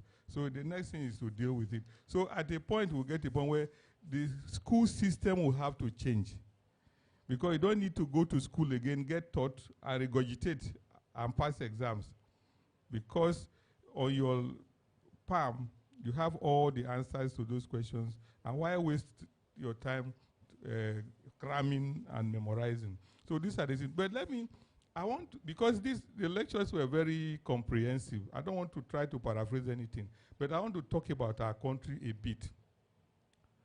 In the 90s, early 90s, Nigeria realized the need for this exponential development, because that was what was happening in in Asia especially.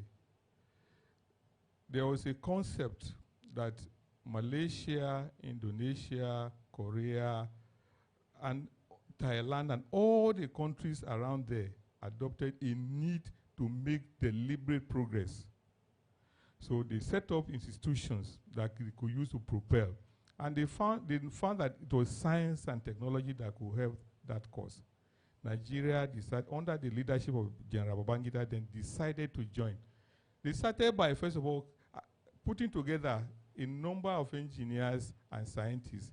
I think they were almost 50, and made them go around the world.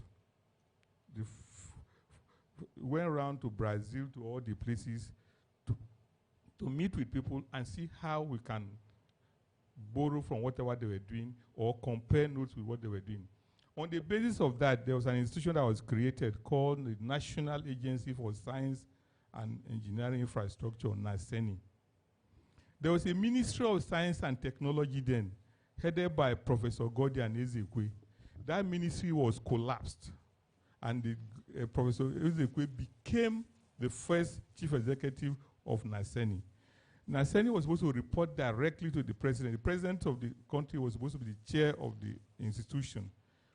The law has not changed till today. But do you know what has changed? General Babangida, when he was president, chaired the meeting. Every board meeting of that institution was chaired by Babangida. And he had most of the science-related ministers were all members of the council. After him, no other leader touched that institution. And then Ministry of Science and Technology was brought on board again. And Ministry of Science started seeing that agency as a parastatal, which it was not, until Goodluck Jonathan became president. I had the privilege of being a member of that council at the time Jonathan was president, and were able to convince him to hold a meeting. We had 2 meetings with him. The first one was a bit chaotic, because he came in and he saw everybody. You know, everybody were not the type of people they would like to see. You know, politicians, they are the faces they like to see, familiar faces, party leaders and all that. And we are all not such people. So he was not very serious. He said, "Oh, do you think we can hold this meeting?" He started by saying, "Do you think we can hold this meeting today?" And we said, "Yes, sir." And he was trying to convince us. He wanted it to come from us, the postponement of the meeting to come from us. But I whispered to a professor who was sitting next to me, see, to get a president to sit down to a meeting, any meeting at all is a tall order. If we allow him to escape holding this meeting, the next time he will ask somebody to represent him. So on that basis, luckily enough, we had Mrs. Johnson, who was the Minister of Information Technology then. She was on our side. She now said, Your Excellency, since we are here already, let's start whenever we get stuck, then we stop and continue then another time. And that is how he agreed to proceed. We had that first meeting and were able to set some structures to see how we can reorganize the place. We set up committees. We brought in external people to even join us. Then the second meeting, we were now able to take some profound decisions. At the end of the meeting, he said something because we had to give him some background information. I had the privilege of giving him the information, mentioning the story I mentioned earlier. And he said, oh, you seem to have some background information about this thing. Oh, is it why, you now try to paint a scenario. In some countries, you don't have Ministry of Defense. You have Defense Headquarters. Everything is done at that professional level. I say exactly, sir. The then head secretary of the government wanted to say, no, president should not be holding this meeting. It should be put under the minister. And we said a minister of science is not even a vice chairman of the council. So the story here is that there have been attempts, and there are still attempts going on, but nobody wants to do anything. All that he has said, they are excellent, but we need to take it from this point to the point where we can operationalize them. That is the challenge you have in this country. Today, in this, I always, and Sir Jalai, he owes all the young ones here his story. The story is not a story that people should get tired of. We talked about innovation, that is starting from the scratch, bringing something that nobody has done, and bringing it up to the level that people will be envious of. That is what we need. At individual level, we need to also a bit orchestrate the good things that are happening. Let people be envious. But in that envy, they also try to excel. Because if you have a fine shirt that I like, and you keep wearing it to the point that every day I see you, I get jealous, I'll make all effort to go and get mine. In fact, get a better one so that I can turn the table. So this is what we need in this country. Those who have capacity, optimize your potentials. I think that is a message from here. But not just, don't put it in an incubator. Whatever I have, put it in the public place. Today we have laws that can protect your patent. Once we have that law protecting your patent, please put it in the public place so that people will be envious. On the basis of that, they can also do their own. If we aggregate all those efforts, Nigeria will be great. Because the truth is, we have policymakers in Nigeria, and they don't come from any tribe, they don't come from any religion, but the interest, when it comes to discussing interest, Nigeria, you'll be shocked the kind of people that will have a common interest when it comes to doing the wrong thing. Because often we sit down and think that, oh, because this man is not from my place, he could be wicked. Go and tell him how you want to destroy Nigeria by sharing, maybe invite him to get into corrupt practices. And you get people working together who are from different places, different religions, everything different. But the love for money will bring them together. So if you are waiting for somebody to come tomorrow who is from your place or who is from FUTO to lead before you can make progress, there will never be that, because it will take so many years, maybe not in our lifetime, before we can get that kind of situation. But if we aggregate all our potentials and we accelerate the processes of projecting those who have to be projected, then people have no option. Because normally people migrate to success. But there's nobody that doesn't like success. There's nobody that doesn't like success. before now, who knew, who cared about Aliko Dangote? But if Aliko Dangote comes here to now, as we are sitting here, many of us want to do selfie with him. In fact, we will disrupt this occasion and take selfie with him. Not out of love for that person, but because of what he represents. So we love successes. So if we can project our successes, we can make progress. That is the way we do. An ambassador is here. I had this advice from an ambassador way back in 2002 in Egypt. He said, what makes the world move is person-to-person relationship. Not because sometimes you see a country at war, in quote, with one country, but because of the relationship between individuals in those countries, no war will ever take place. There could be one in which there is no war about to take place, but there's one single trigger. Because there's no personal relationship with them, the war will start. So this is how the world runs, and then we have to be part of it. Thank you very much.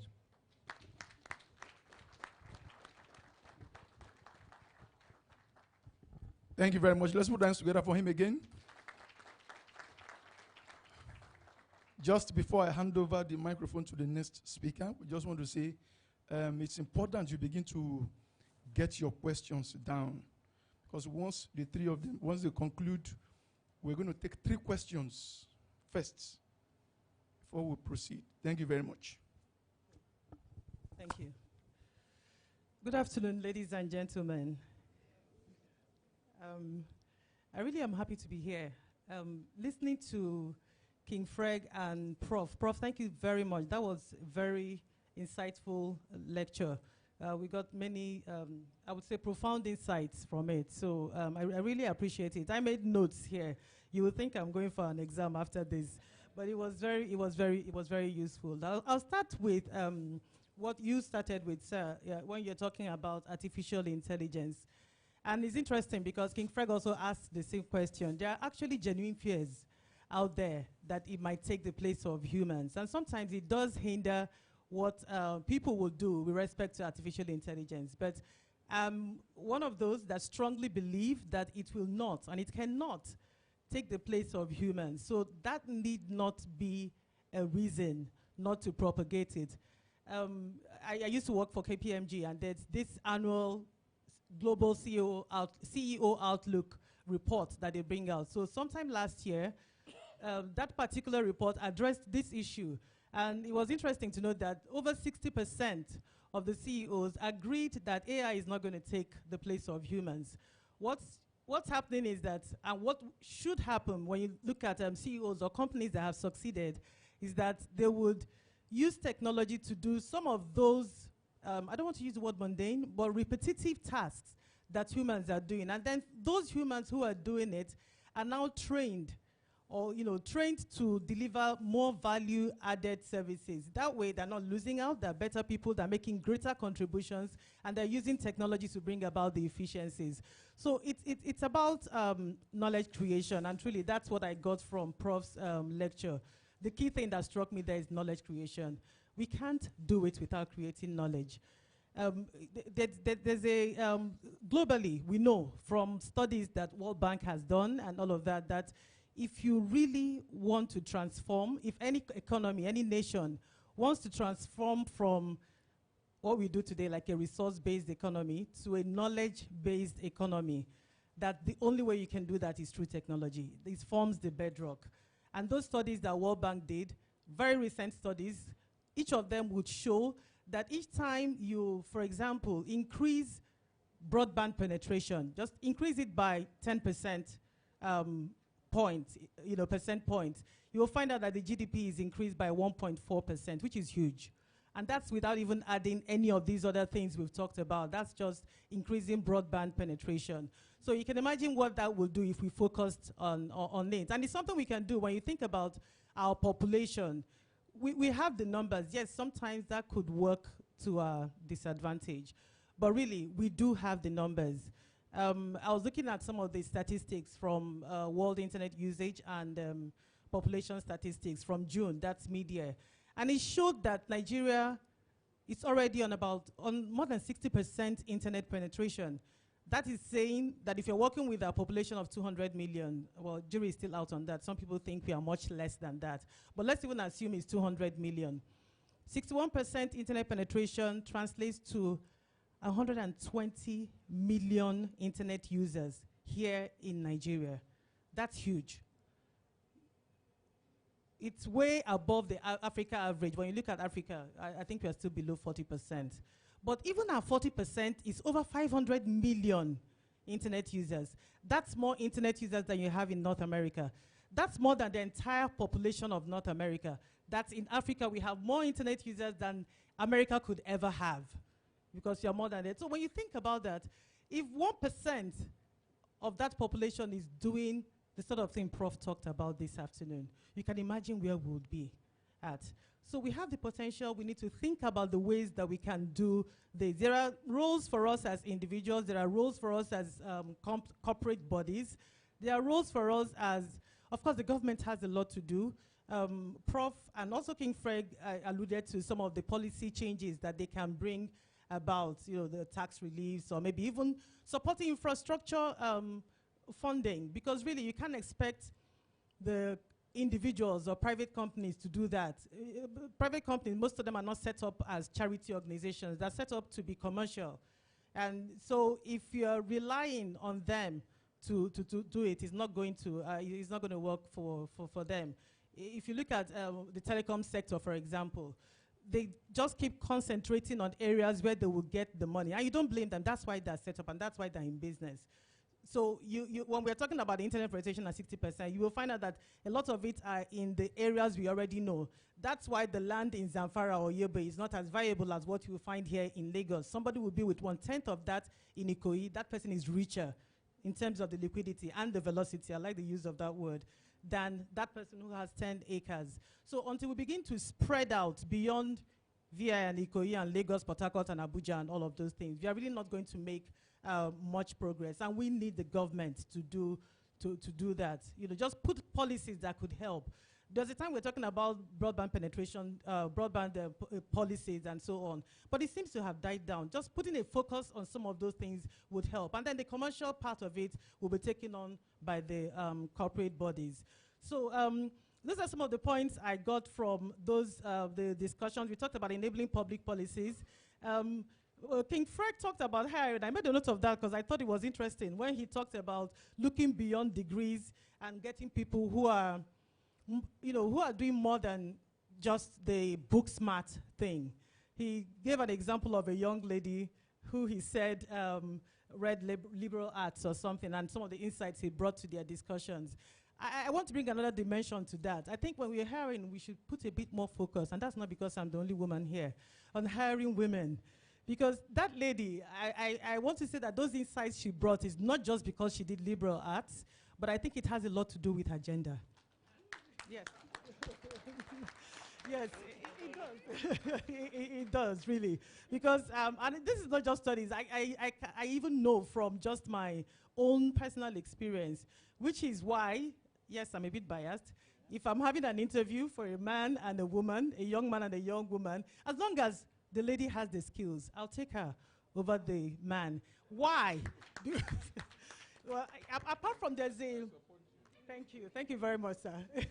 No, but really, apart from when I look at the ratios, really, because of the industries I've also worked in, we tend to have more men in the company than we have women. So for me, it's a conscious effort to raise, to sort of fix that. I don't think I can totally succeed, but at least there can be an improvement. But if you don't make those deliberate attempts, it may never work. So apart from that deliberate attempt, or just to get the numbers to look better, I think just from my experience, I've seen the value that some women bring to the table. I was reading a Forbes article recently. It talked about how women are, can multitask better. And again, please, this is not a feminist talk or anything, but I know there are some things the men would naturally do better than the women, but there are many more that the women naturally, just because of the way they're wired, the kind of value that they bring, the kind of organizational skills that they have, that multitasking ability, and just bringing something from a different perspective can change the entire, the what level? Integrity level. I heard it, but I wanted you to He said the integrity level is higher, and you need that too for us to progress. I think I will stop here for now until we ask questions. Thank you. Thank you very much. Let's put our hands together for her again. Yes, the call for women to be involved. The call for women to be involved. Now to the last speaker. Thank you very much. Okay, thank you. Prof, thanks for a wonderful speech. You basically looked at the entire value chain, looking at removing market friction. I think that's very key. And I hold the view that the biggest market friction we have here is government. So government has tended to have a crowding out effect on private capital. And that is one thing that's holding us down. You talked about debt capital. I won't belabor the issue. It's very important that we look at our land resources, enumerate them. But of course, I think we need to count ourselves first. It doesn't make sense counting land if you don't know how many Nigerians and where they are. So these are some of the issues that we can't deal with, all the issues of around corruption and all that if we don't really know who is here. I think it's important that we find the right technology to enable that. And I think that's a business that people like you will find very rewarding if you go into that. So you talked about the task code IP rights. I totally agree. And then you identified some key critical areas. Agric is one. You talked about Medicare, education, where we can get, and then the land registry. These are very critical. But I tend to think that I always ask myself, how did we get here? We got here because we got oil, right? If you look at our trajectory, oil got us into this mess. And I've had people say that oil needs to get us out of this mess. So somehow, maybe we need to go back and replot our trajectory and see what is missing, what can we do differently, how can we maximize the resources we have today. We are still an oil-rich nation, anyhow you look at it, right? More than anything else, we're even a gas-rich nation. Okay, so what can we do with these resources to energize the economy for growth? I think that's the big question that faces us today. I talked about the role of government, reducing information asymmetry, and you talked a bit on that. I think it's very important. Transparency is one of them. If that restaurant is somewhere where people can find out how much it sells a plate of food at the same time, then the efficiencies will come in, right? Competition will come in. But if Mama, whatever it is holding the price of that commodity, if I have to drive from Bagada and get to VI and it says it's 5,000, I may have to eat by force, right? So that creates a lot of disincentive. The other key thing is industry research collaboration. I will use university collaboration. That's totally lacking here. If you listen to the anthem, FUTO anthem, there was that mention of industrialization. So there is implied in setting up FUTO in a way that somehow there will be some industrialization of around that location, right? Well, I don't see it today. So we need to actually ask ourselves, so what are the inhibiting factors? Why, if FUTO were to realize its objective beyond just training people, how much impact has it had in that immediate environment? So that I think it's probably something we gloss over, but it's important. I mean, the Silicon Valley, it's universities that created this entire economy that were the internet and all that. It started from universities. So how do we get our universities to become not just training centers for people, but actual places where you can not just produce research products, but consume it. You need to actually start in those locations. So that's another thing. We talked about business environment. Again, I think the government is just way too much all over the place. It just doesn't work. So we need to reduce the footprint of government. Shared prosperity. I like that. I'll add shared and inclusive prosperity. I think we tend to look at prosperity as GDP numbers are very deceptive. they don't tell you a whole lot about what people are going through. Even at the time we had 3,000, there was still so much poverty in the land. So we need to talk about how can we make our prosperity a bit more inclusive. That is very important. And development. So this whole thing talks about development. I think we need to rethink. I think that the institutions of the Nigerian state were not set up to deliver development. So we need to go back to the drawing board and really look at it. My senior here talked about what they had to do with Naseni, and in the science and technology sphere, there are probably 20 institutions the Nigerian state has created. And you ask yourself, what the hell are they doing? What do they do there? So we need to go back and rethink all of that infrastructure. The institutional framework we have for science and technology is confused.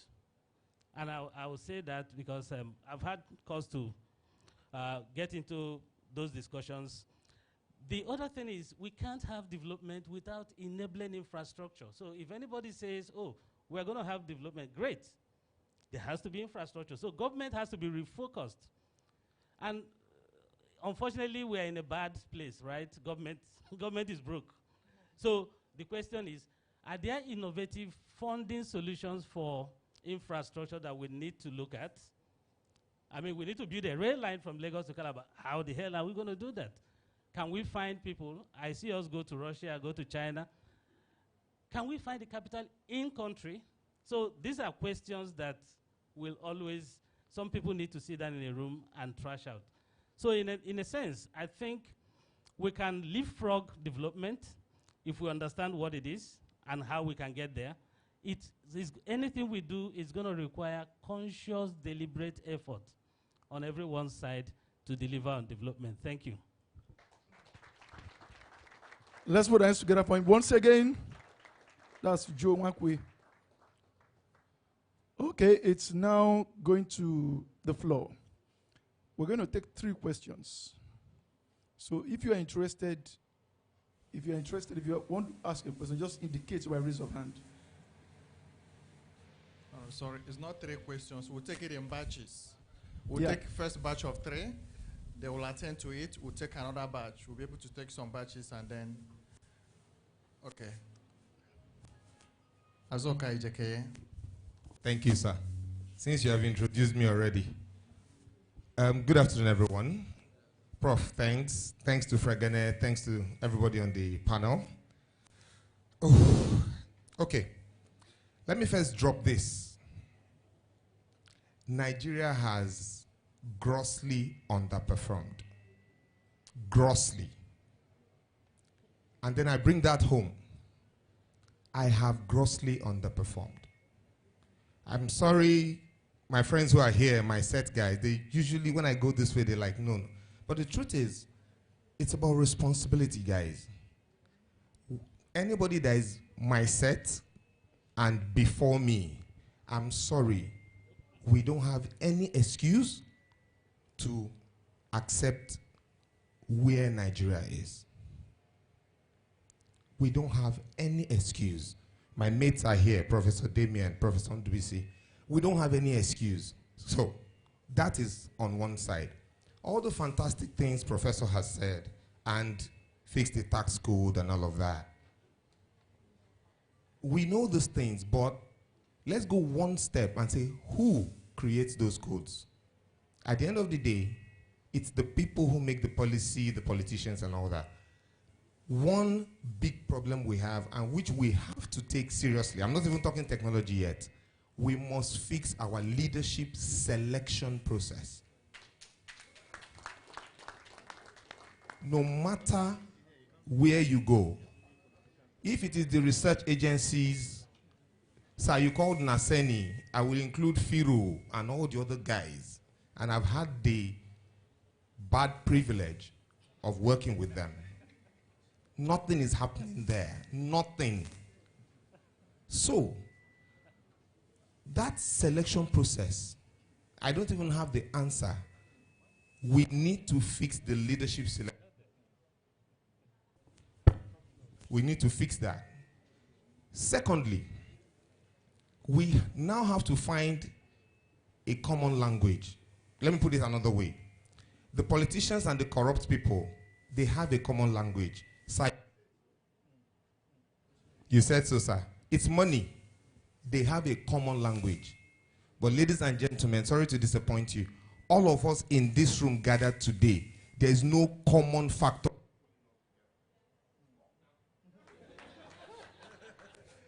All of us gathered here in this room talking about Nigeria.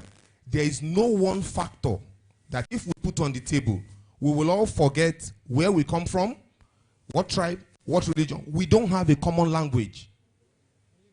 Productive people in Nigeria have failed to communicate within themselves.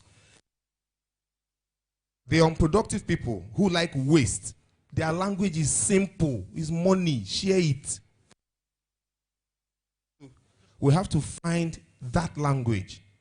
When we find that language, we now get what I call the critical mass group. We don't have a critical mass grouping. The politicians and the waste guys have a critical mass group. We don't. I can't even get my mates to collaborate with me on a project. Fregene, we have to find a way to do these three things.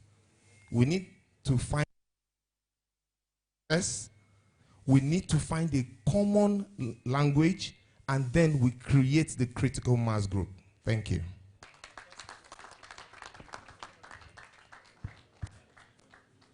Okay, next person. He raised his hand first.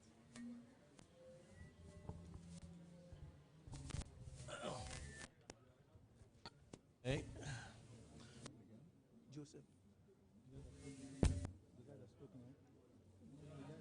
Okay, I guess my voice is good enough. Okay.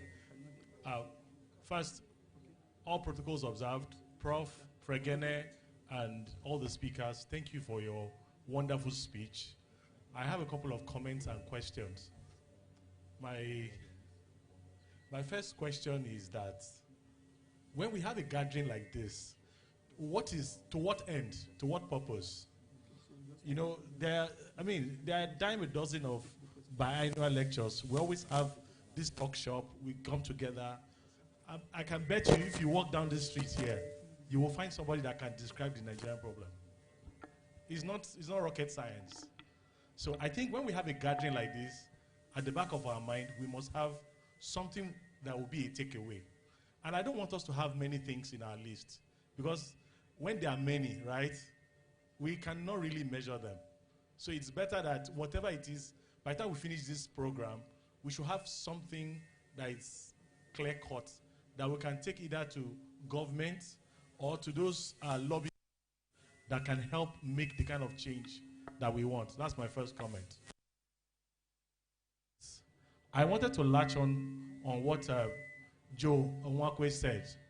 You know, we are called Federal University of Technology. FUTO should be over 30 years now. When was the last time you heard of any invention or any research, something very major or grandeur coming out from FUTO? You know, sometimes charity really should begin at home. That's my second comment. Everything we do at this biennial lecture eventually should really dovetail to the things that are happening in FUTO. I'm quite impressed. Hello? Wait, I mean, so, you know, so, and I think we've listened to a lot of panelists here. I also heard the comment that Fregene was talking about the investments that are in different technology hubs around the world. When was the last time you had any major donation towards food? Sorry? I mean, really, when was the last time? Have you ever heard about a 100 million naira grant that somebody put down or a group of people put together? When we hear about the number of, foreign investment that come to Nigeria, right, yearly, how many of them are really towards research or towards advancement? All the monies that come into Nigeria that are FDIs, mostly are investments, people who are trying to better their lot to take money out of Nigeria. I want to stop here, but I just wanted all of us collectively, including the speakers and the audience, charity really should begin at home. Thank you. Thank you very much, please. Yeah, we just before the third person make the comment or question, want to make a special appeal. When you're given the microphone, just introduce yourself. After the introduction, just go straight, and because we have a lot of people here who have one or two reactions. I hope you understand, so that we will be able to accommodate every other person. Thank you very much.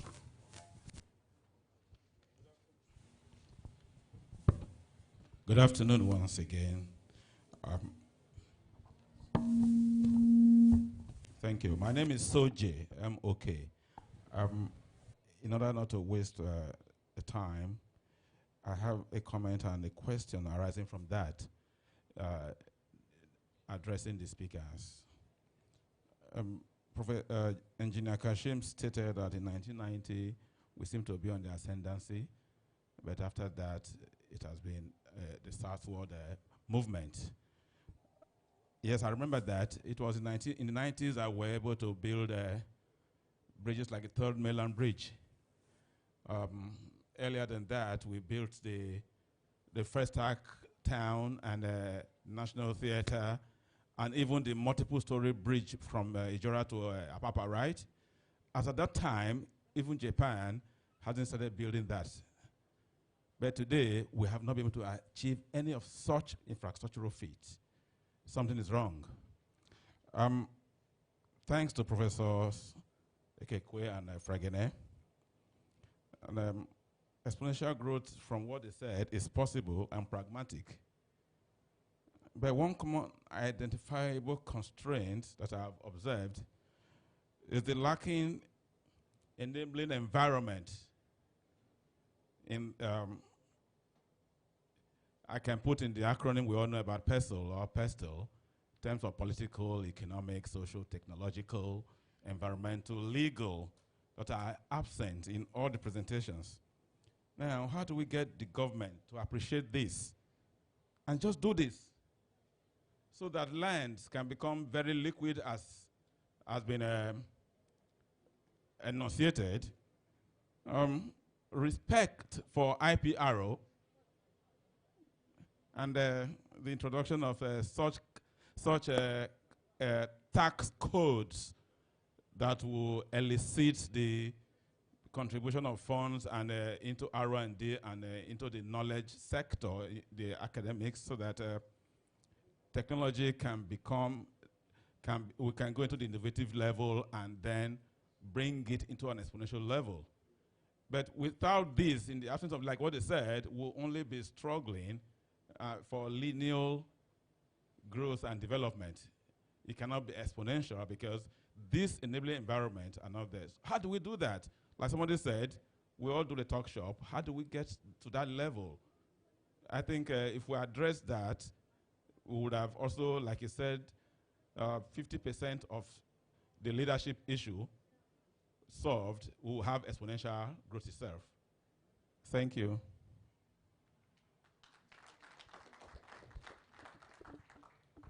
Thank you very much for that.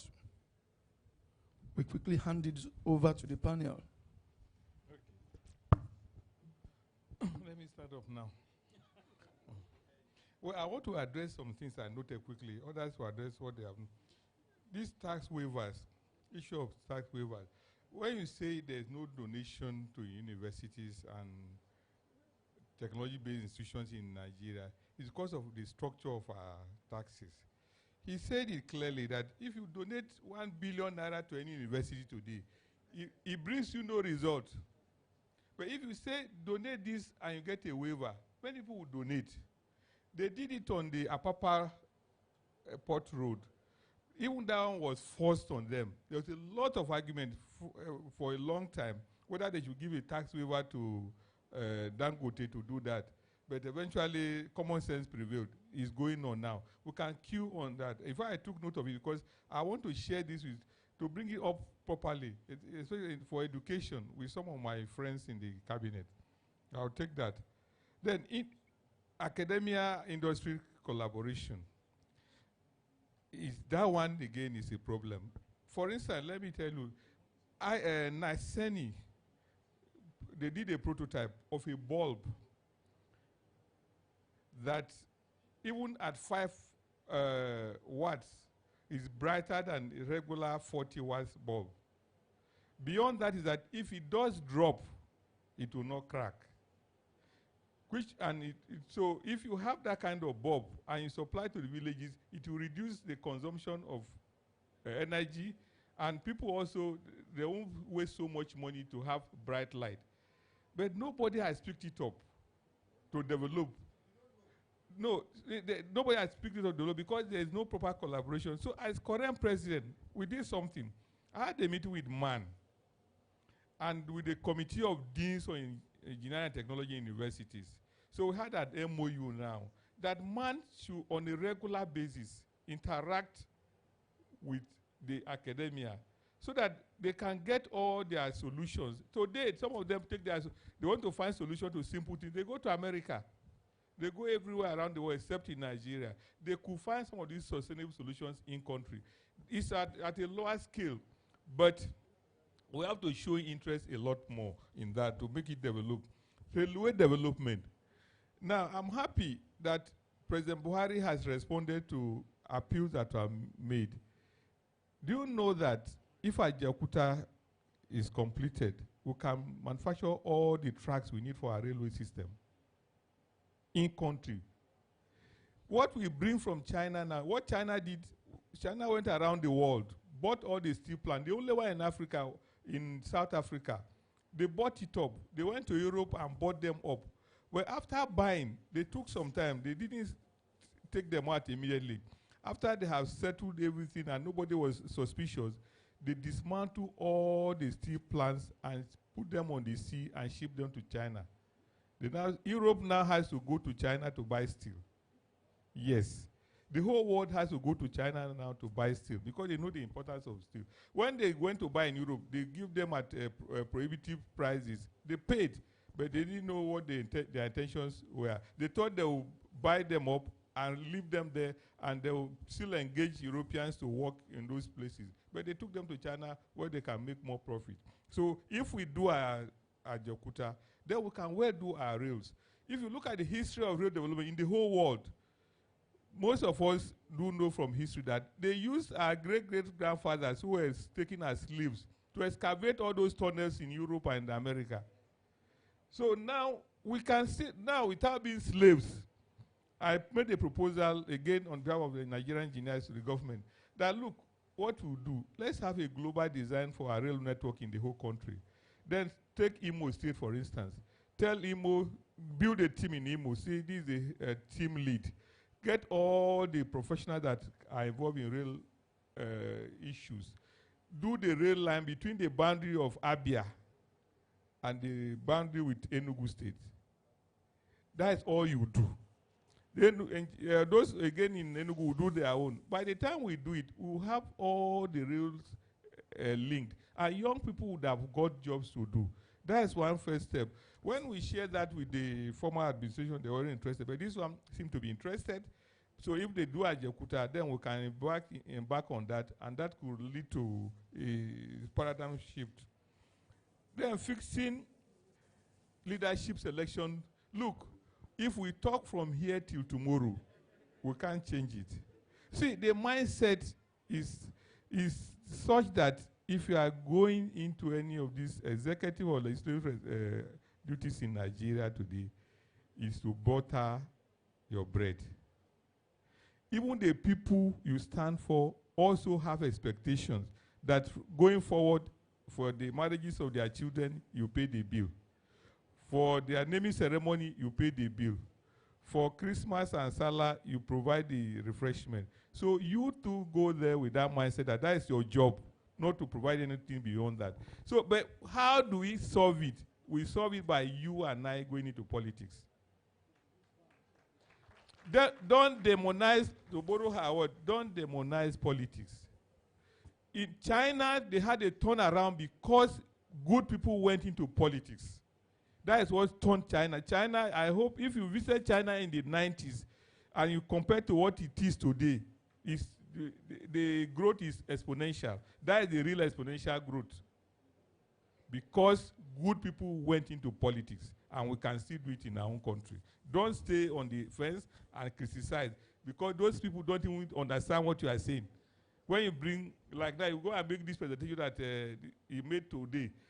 If you make it to the political class, this hall will become empty. It's because you guys went to FUTO and have capacity to absorb it that you are listening. To go and take it anywhere else, nobody will listen. So we must go in there, make the impact we can make. You don't need to contest. Even your presence there and making comments on what they do is enough. But if we stay out and leave them, they will continue to have the power and they will control us. Then finally, again, I said it. We don't. You see, you said it succinctly.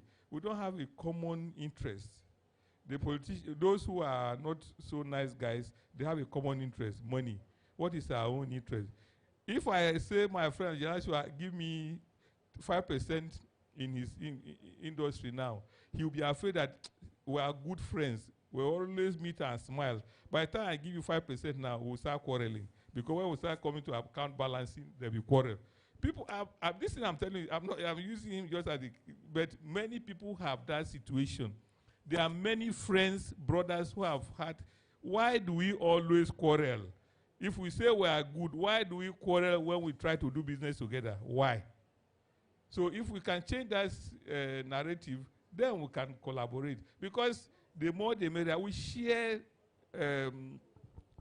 Those who can take risk will take the risk. Those who have capacity for management, managing other things will do. But if one person continues to run his own business, there's no way we can make the impact that we want to make. I thank you very much. Thank you very much, sir. I think I'll just go on from what you talked about. Sazuka, when you were speaking, to be honest, I thought that was where you were going to. Like, how do we get reasonable people involved in politics? Personally, I'm sure I'm the most apolitical person here. My own politics ends with voting. I'm the first to be at the polling booth, and I'll make sure I vote, and then I go home. But beyond that, I personally do not like politics. But we have to like it. We have to find a way to make that contribution, because it doesn't pay to sit in the room and talk about it, and then they go out there, like he said, they have no clue what to do. How do we help? And I think we have to start by changing our mindset, the way we even think about it, the way we talk about it. Listening to you, if I was just an alien coming in here, I would see politics as a terrible thing. You know, it's for politicians and wasters, and you even group them. So politicians are equivalent to wasters, they're equivalent to bad people. But I think we need to change that. They don't have to be. And the only way is to get the good people, those who do not do the waste, to get in there. How do we do it? I don't know, but it would help if we got in there. It's going to be tough. It's not an easy thing. It took time for those who succeeded to do it. But we have to get to that point where we are thinking beyond ourselves or our immediate families, and then do what we need to do. And that goes directly to the tax thing we're also talking about. He just shared with me a long list of exemptions, tax deductible services, or that are provided to people. I think some of it is also the lack of education. We do not know. There are actually many things that we can do out there. But sometimes, and I think he was going to talk a bit about it, I think the problem really for us is there's too much poverty in the land. People are hungry. So you have to eat. And before you think about the next thing to do, which is why I like that Prof mentioned his number one solution is agriculture. I think if people have food to eat, they'll at least begin to think right. Because when you're hungry, even the way you think is distorted.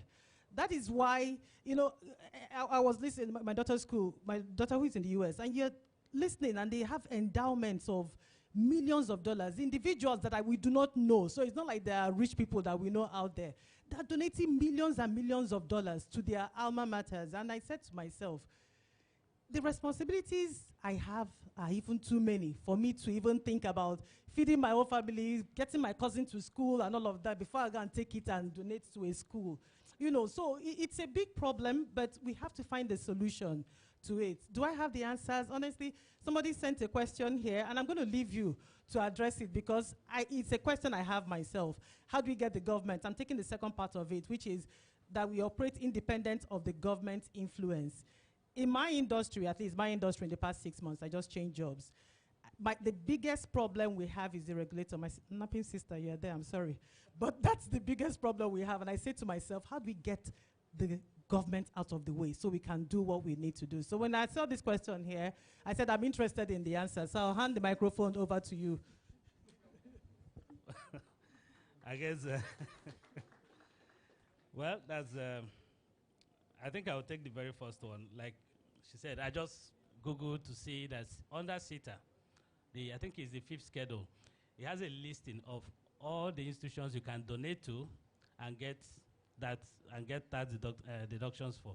Educational institutions are there, research institutions are there, religious bodies are there.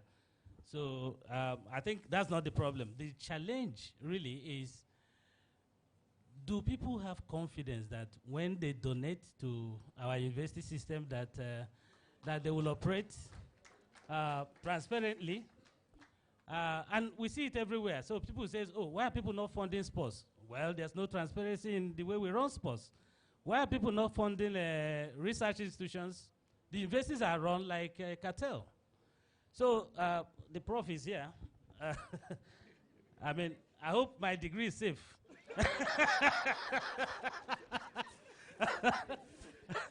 So there needs to be some measure of confidence. The institutions need to build confidence, even in the alumni. I don't know how many of us have been to FUTO lately. We had a homecoming last year, 92 set here, and I left very depressed because the place has been run down. I'm sad to say this. We met the VC and we told him that this is not the way to run an institution that is supposed to be first amongst equal. We produce very competent people over time. We have a track record, but the place has gone down. The FUTO was not connected to the grid. I don't know if they've been connected back now. For more than 3 years, what university runs without having power? I don't get it. So if anybody comes to tell you that they can't fund university because they can't get tax rebate, Prof, you can fund today and get tax rebate. The problem is whether the money you put into FUTO will indeed do what it's supposed to do. So I'll move on from there. The question here was, can we build an ecosystem that, because I said reduce the footprint of government. My answer is this. Think about it this way. Our GDP is 380, thereabout. Aggregate budget is maybe 8% of our GDP annually, right? So how come this entity that spends 8% of the GDP is ubiquitous, it's always everywhere, right? It's only 8%. So the question is, can Nigeria collapse if this guy does not spend this 8%? So we need to find a way to, and it now goes into the realm of politics. How can we now design systems to make sure that the role of government is clearly defined? Because as far as I'm concerned, it is not clear to me what government does today. Is government a regulator? Is government an investor? It wraps so many powers. So it's almost like this guy that spends only 8% of our national GDP is crowding out everywhere. Anywhere you go, if you turn like this, you see government. You can see the issue with the telecoms, whether charges. I mean, I'm sitting down and I see this in the news, and I'm like, that shouldn't even be a discussion that we should have, right? Whether if you send a short code, whether how you share the money. I mean, heck, these are things that should be commercially determined. We shouldn't hear about it, right? The market should decide. So you see government everywhere. And government only spends 8% of our aggregate spend nationally. So we need to write our laws to limit the involvement of government. Government should have a regulatory role. Okay? Now, she talks about the problem is NAPIMS is not a regulator in the industry. It's an investor. So government is equally masquerading all over the place as an investor, a regulator, and a sovereign, because it has sovereign powers to tax. So we need to properly define this. Otherwise, people will find it difficult to bring their money here because you can't grow without investment, right? So for that to happen, people need to be clear on what the rules of the game are. That it needs to be worked on. I think there was another issue. Oh, national creed and ethos. That was the question. I think that was very important. So, what makes us Nigerians? I think that's the heart of what you are. What is it that we all commonly subscribe to as a nation? Everybody, we keep talking about it. The fact is, we don't have. So, is it time to craft one? My answer is we should have done it yesterday. We need to have a common, I mean, everywhere else I've been to in the world, there is something about, if you talk of Americans, oh, there's that thing, the American dream. Everybody, everything revolves around it, right? So what is it? What is the Nigerian dream? What is that we are all trying to accomplish as a people, as a group of people?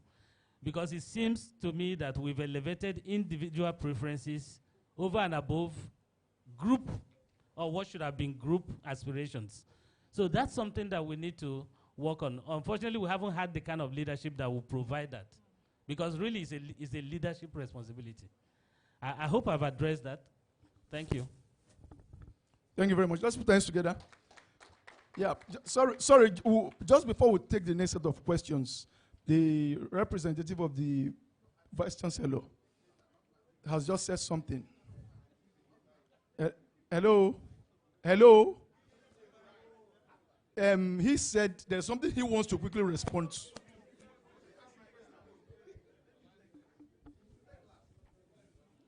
Thank you. Please, I crave your indulgence to say one or two things based on what is going on, especially with respect to FUTO. So I'm not the one to actually paraphrase the end of this discussion. But when something happened that maybe because of lack of information, you may leave here with wrong impression. The last discussions did say that FUTO has been run down. I think it's not right. It is totally wrong to say such a thing. The reason is that why I'm saying this, I'm not here to defend FUTO. I stand here to tell you that I came to FUTO in 1983. 1983, FUTO came in 1980. So I'm part and parcel of the development of FUTO. But what is happening to FUTO now is not different from what is happening to the nation. The issue of us not having power is a national problem. We have power in FUTO, but saboteurs each time normally come to cut our line. Yes, cut the wires. I wouldn't know.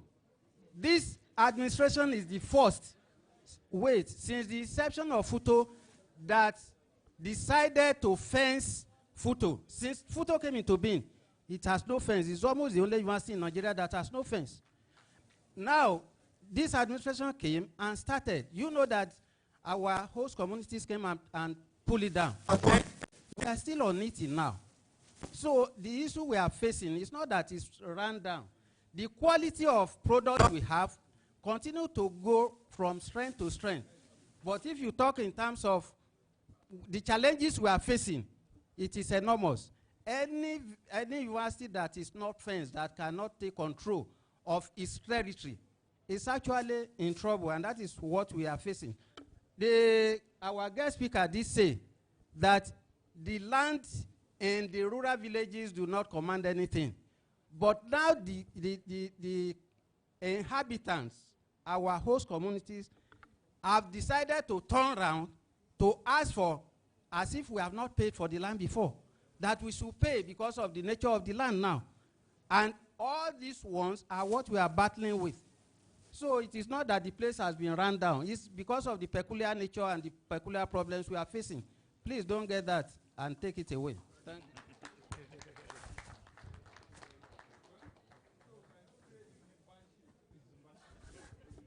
Thank you very much.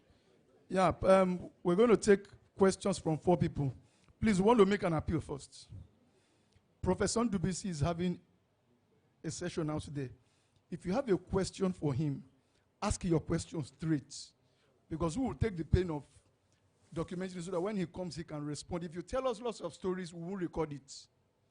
Just ask your question if it is directed to him. 4 people, please. Let's see.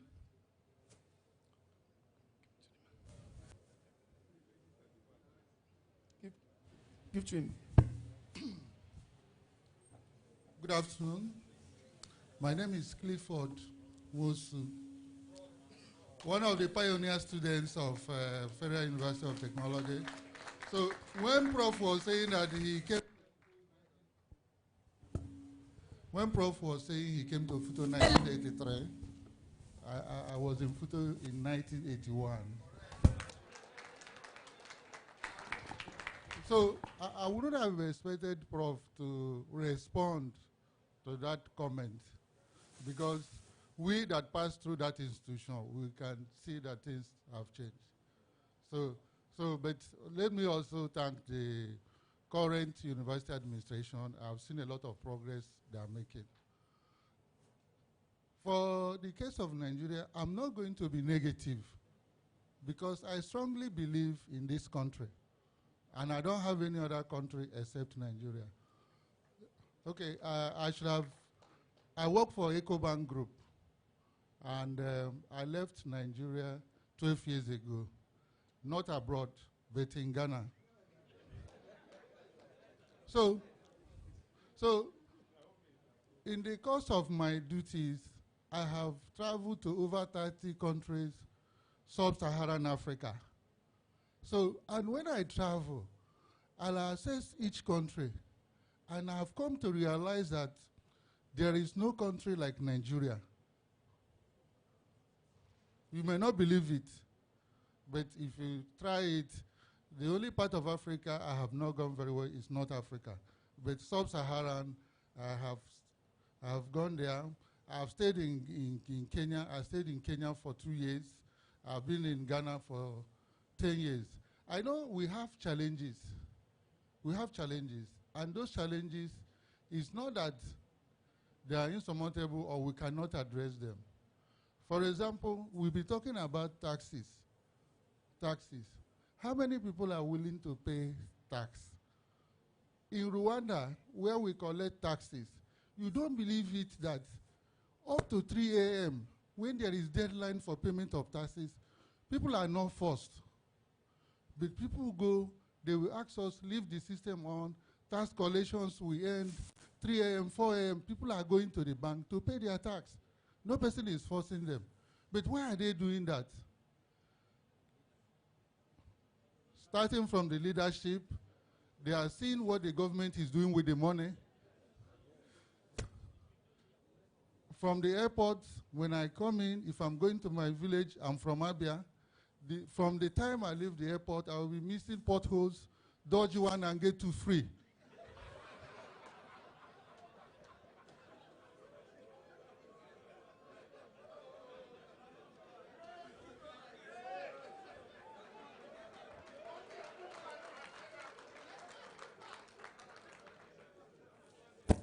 So why are you people laughing? It's a fact.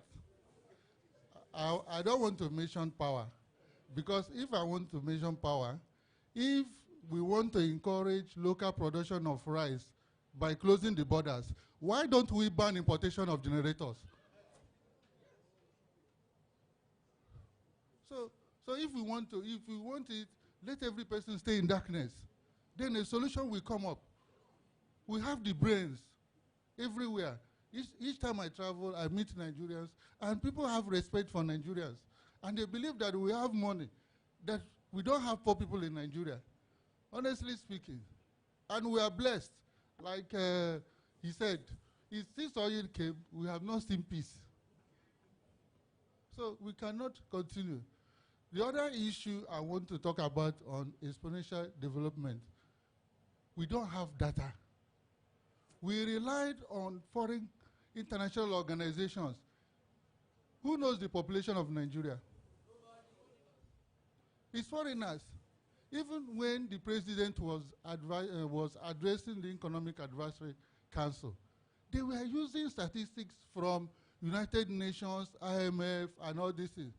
When last did we do population exercise? 2006. How many years ago? So if you don't have data, the word big analytics, big data analytics, if we don't use it, there is no way we can plan. All the things we are planning cannot work. We don't have the correct statistics. So it is important in exponential development if we want to plan and develop this country. Let me stop here so that other people can also talk. Please, make sure you give this to a female now. Please, a female. There's no need looking at the men raising their hands. Just look for a female. Thank you very much. I'm trying to...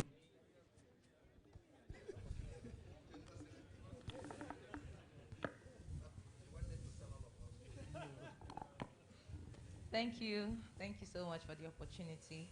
So my question is, I have two things to say. The first one is about, if you look at FUTO, most of us here are mostly in the engineering sector or sciences. And what we see in our offices is engineers glued to their systems while other people are taking decisions.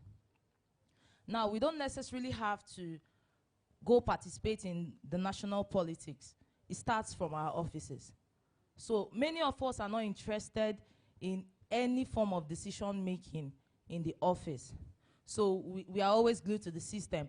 And this affects the way the companies are run. In my company, for instance, if I want to attend NSE or any engineering program, it is very difficult because the people that make the decisions are not engineers, so they don't understand. And we are supposed to make changes via these organizations like the NSC, Koren, and the rest of them. So I think this has to change. Then next, when you go to NSE, at the national level, there's this program they have. They call it an award for technical presentations. And over the years, I've seen that the criteria for choosing the winners is mostly based on their power to publicize what they have done, not the impact of the particular technical work they've done. So most of the time when we go out, they say, okay, there's a newspaper has come out from the visit we did yesterday. Document it. This will help us to win at the national level. I think this criteria should be based more on what is the innovation, what is the impact this innovation is going to bring. In our small communities like NSE VI, NSE Ikeja, we have small technical groups. The work we do there is mostly geared towards publication, not innovation. So I think there has to be a reorientation by our leaders, starting from Koren. So if Koren is doing these competitions for technical presentations, the criteria for winning should be impact, not publication. Thank you. Thank you very much. Let's look for another female. I'm sorry. Look around if there's, oh, lovely.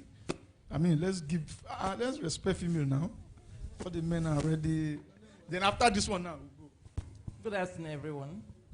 I'm Chizoba Ugwabo. I want to clear something that my sister said about NAPIMS. Just a simple one. We are not regulatory body. It's DPR that regulates. Then on the aspects of trust in donation, I will give an example. There was a time Dr. Andrew in Jersey, he normally pushed the idea of donating systems or geoscience softwares to institutions. When they pass his trust, we give them the approval. So I think FUTO got one, UI and other universities did. And when we want to train the people to use the system, like train the trainers, they always send to us the old lecturers that want to travel. So after the training, they go back to their class, and the system is still dumped there, not in use. So what are we saying? Is that about donation or putting them into use?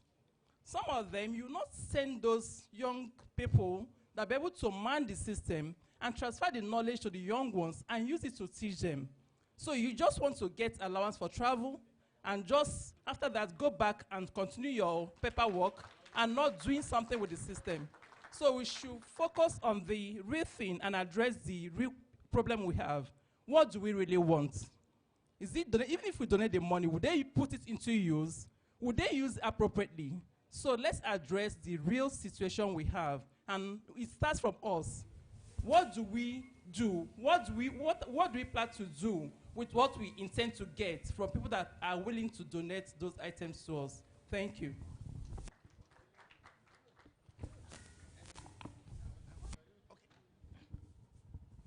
Yeah, thank you very much. Mine is not really a question. I want to make a comment. And even though a lot of people have said the same thing, I think all of us who are educated, we must try to see what they do in politics. We must do it. If we don't, the people making the policies will not do anything to help us. They will not help this system. Like Ali said, when you have a very good policy, you have to go to somebody to explain it. And that person must understand you. If you don't understand what you're saying, you're wasting your time. So at the top level, we must get people who we can sit down and discuss with. If you cannot discuss with anybody, nobody will understand you. That is one. Sir, on endowment, I used to be a national president of the Alumni Association in FUTO. And we talked about endowment a lot. And one of us, in 2006 or so, gave me a check of 2 million for endowment. And I gave it to the school. I don't know. Up until the time I left, I didn't hear any story about that. At least I expected it to be, oh, this money is here for this project. I never saw it. Then sometime in 2016, my father died. My elder brother happened to be maybe the second alumnus of Nsukka that they've given another doctorate degree. He used to be in government. He said, okay, fine. Let us go and do an endowment fund. And he did a 15.8 million endowment. We calculated it, the way they do it. And I took that check to Nsukka, and I said, this is what we want. Every year, pay these people. Every year, I get emails from recipients. How do we get our money? How do we get our money? But I paid for that in 2017, January. I get emails. So the point I want to make is the university system, Director OAU, you're here. You need to go back. You should sit down, decide what to do. Go and find a software to keep this endowment. Fortunately, somehow I went to the US. My kids are in the US. And one of them got a scholarship. I came for an event, and they said, oh, I want you to meet the man that gave your son a scholarship. And I met him, one very small man. Yes, but he had a very big endowment in that university. And he is recognized. He is recognized. They invite him to come. FUTO, you should partner with all of us here, the students. Let me tell you something I keep on telling everybody. If you produce engineers and you think they are good, if you produce people like all these people, you think they are very good, you must try them. If you don't try them, who will try them? Who will try them? If your brother is a painter, and whenever you want to paint your house, you go and get somebody to paint the house, how will that your brother learn? So you people must start from all these, our graduates. Try them in whatever they do. Patronize them by, find a way to patronize them. Form a partnership with them. And when they survive, when they succeed, they will come back to FUTO and they will do things for FUTO. It's very, very important. Universities all over the world are funded by the alumni. Covenant University, I saw, what's the name of this man? Professor Oyedipo, saying that his school is partnering with World Bank and IMF, and they're getting multi-million-dollar endowment from them. Covenant University of today, we cannot, the essence of this lecture we do every year is for the school authority to listen to what we say and take it, aggregate all of them and take to government. I say, look at, this is what they're saying. Today, we must get all of them, take it to government. We must get the people, the government people to come and listen to us, because it's only when they listen to us that they will do something about it. She said something very important today. She said, when they want people to train, I used to be a chairman of Federal Safety Commission. And one time I wanted to send 3 people to the US from FUTO. And I asked for them to send me a list. They sent me 3 people. I saw it and I put it on my table. I expected them to send young people who we can train and they will help the school. They sent me 3 names. Professor this, all of them are above 60, 70. The minute I saw it, they were supposed to go for a training with very young people, funded by the World Bank. Other universities sent me people, BSc, MSc, young people. Honestly, I signed it and they all left. FUTO didn't send anybody there. I didn't want that argument because that was the second time I had such thing happening. In one instance, as a contractor, I was to supply an equipment to FUTO. And the equipment had a training component.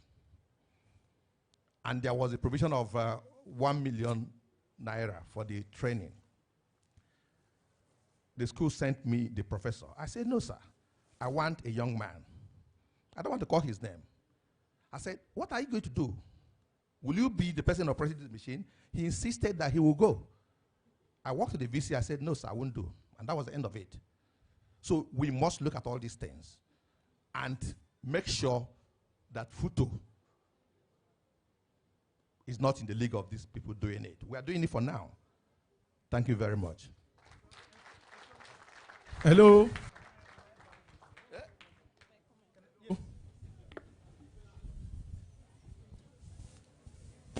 Good afternoon, everybody. I have listened with keen interest, and I want to say that I'm very much excited, just like my Vice Chancellor, because here we're like parents watching their children discuss. And I feel that FUTO had done a lot to produce people like you. We are very much excited by your comments. But let me say 1 or 2 things. Just like he said, from what I have gotten from your reactions, many of you are disenchanted by what is going on. Maybe when you bring your money, endowment or whatever you call it, maybe what you expect is not what you eventually receive. I want to agree with you, it is discouraging. But my Vice Chancellor has said something here. You know, the truth of the matter is that soldier come, soldier go, the barrack remains. We have been having series of administrations. And I want to say that in support of what he said, the present administration is doing a lot to ensure that there is a turnaround of events in FUTO. Now, a suggestion I want to make is this. Do not be discouraged by what you have experienced in the past. Notice that whatever donation you make to the university is a kind of investment. Do you invest and you don't bother to monitor what you have invested on? Whatever you invest, direct on what it should be used for and monitor how it is being implemented. Now, the next thing I want to ask a question, and that is, that goes to the president. President, sir, do you have a rapporteur here? Those who are taking down all that is being said today? I want to let you know that this is a kind of economic summit. It's a kind of academic exercise. At the end of this day, where do we go from here? You know, I want to let you know that if what we are saying here today is not documented, it is an exercise in futility. As we are stepping out here, it fizzles out. So, President, sir, if you have not made arrangements to document what we are saying here today, please do something so that it could be documented. And perhaps send to schools, universities like FUTO, people who didn't have the opportunity of coming here can have access to it and read it and know what is being said. This is my humble suggestion. Thank you very much. Hello, thank you everyone. Please, relax a bit. There's a piece of information I need to pass out. We've just been informed that this place will be shut down by 4. Now, Professor Ndubisi is around. Please, in the name of God, we want you to ask questions based on the lecture he delivered. Just your name and if you comment, I may interrupt you. I'm sorry. Just ask him questions directly because we're running out of time now. Please.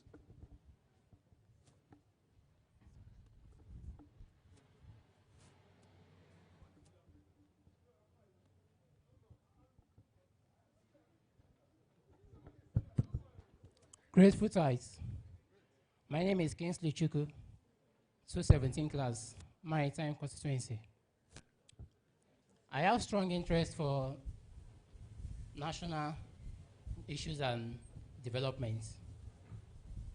Now, I want to ask a question, and this question is very, very germane, very, very imperative, in the sense that,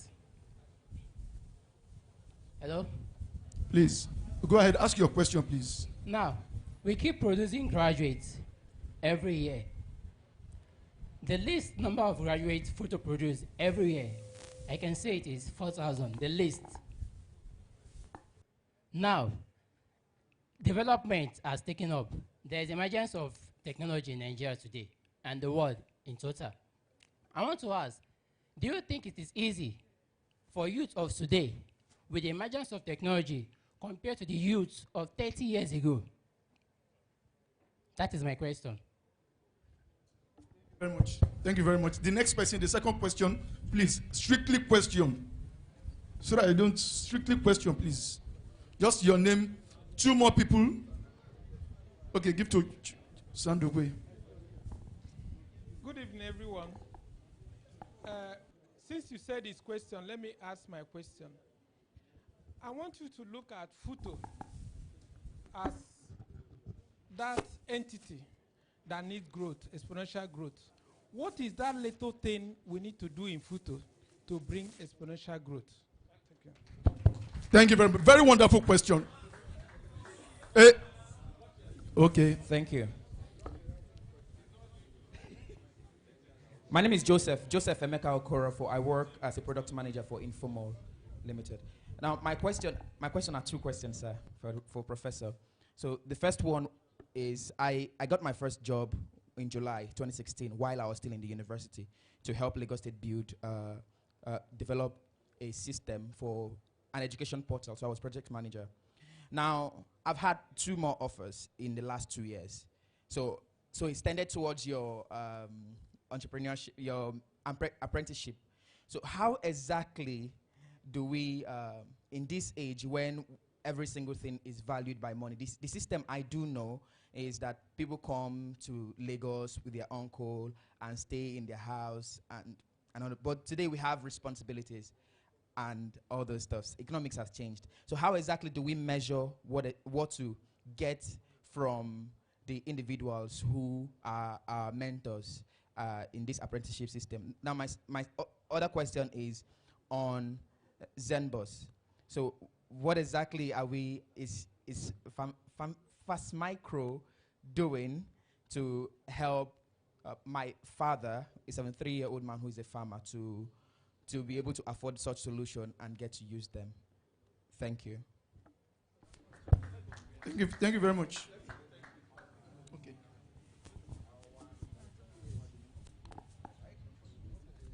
Okay, thank you once again, ladies and gentlemen. Just to answer the first question about the opportunities of the young people right now, I would say largely that every generation has their unique challenges.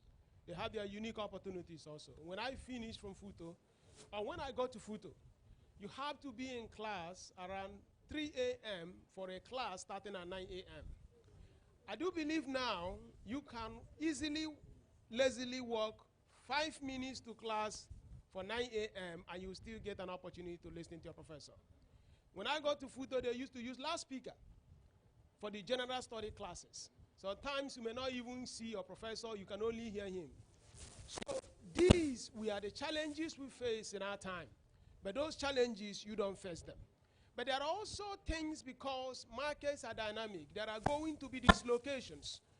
There are challenges that you may face I did not face. And there are also opportunities you are going to get I did not get. Today, people are raising millions of dollars in Yaba. Millions of dollars in Yaba. These are young people. They are paper millionaires. Because in their own time, American investors are investing in Nigerian startups.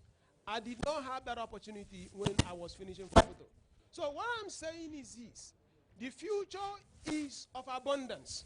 If you look through human trajectory, from right 2,000 years ago, you see that things have continuously improved, even though it does appear that things are not necessarily better.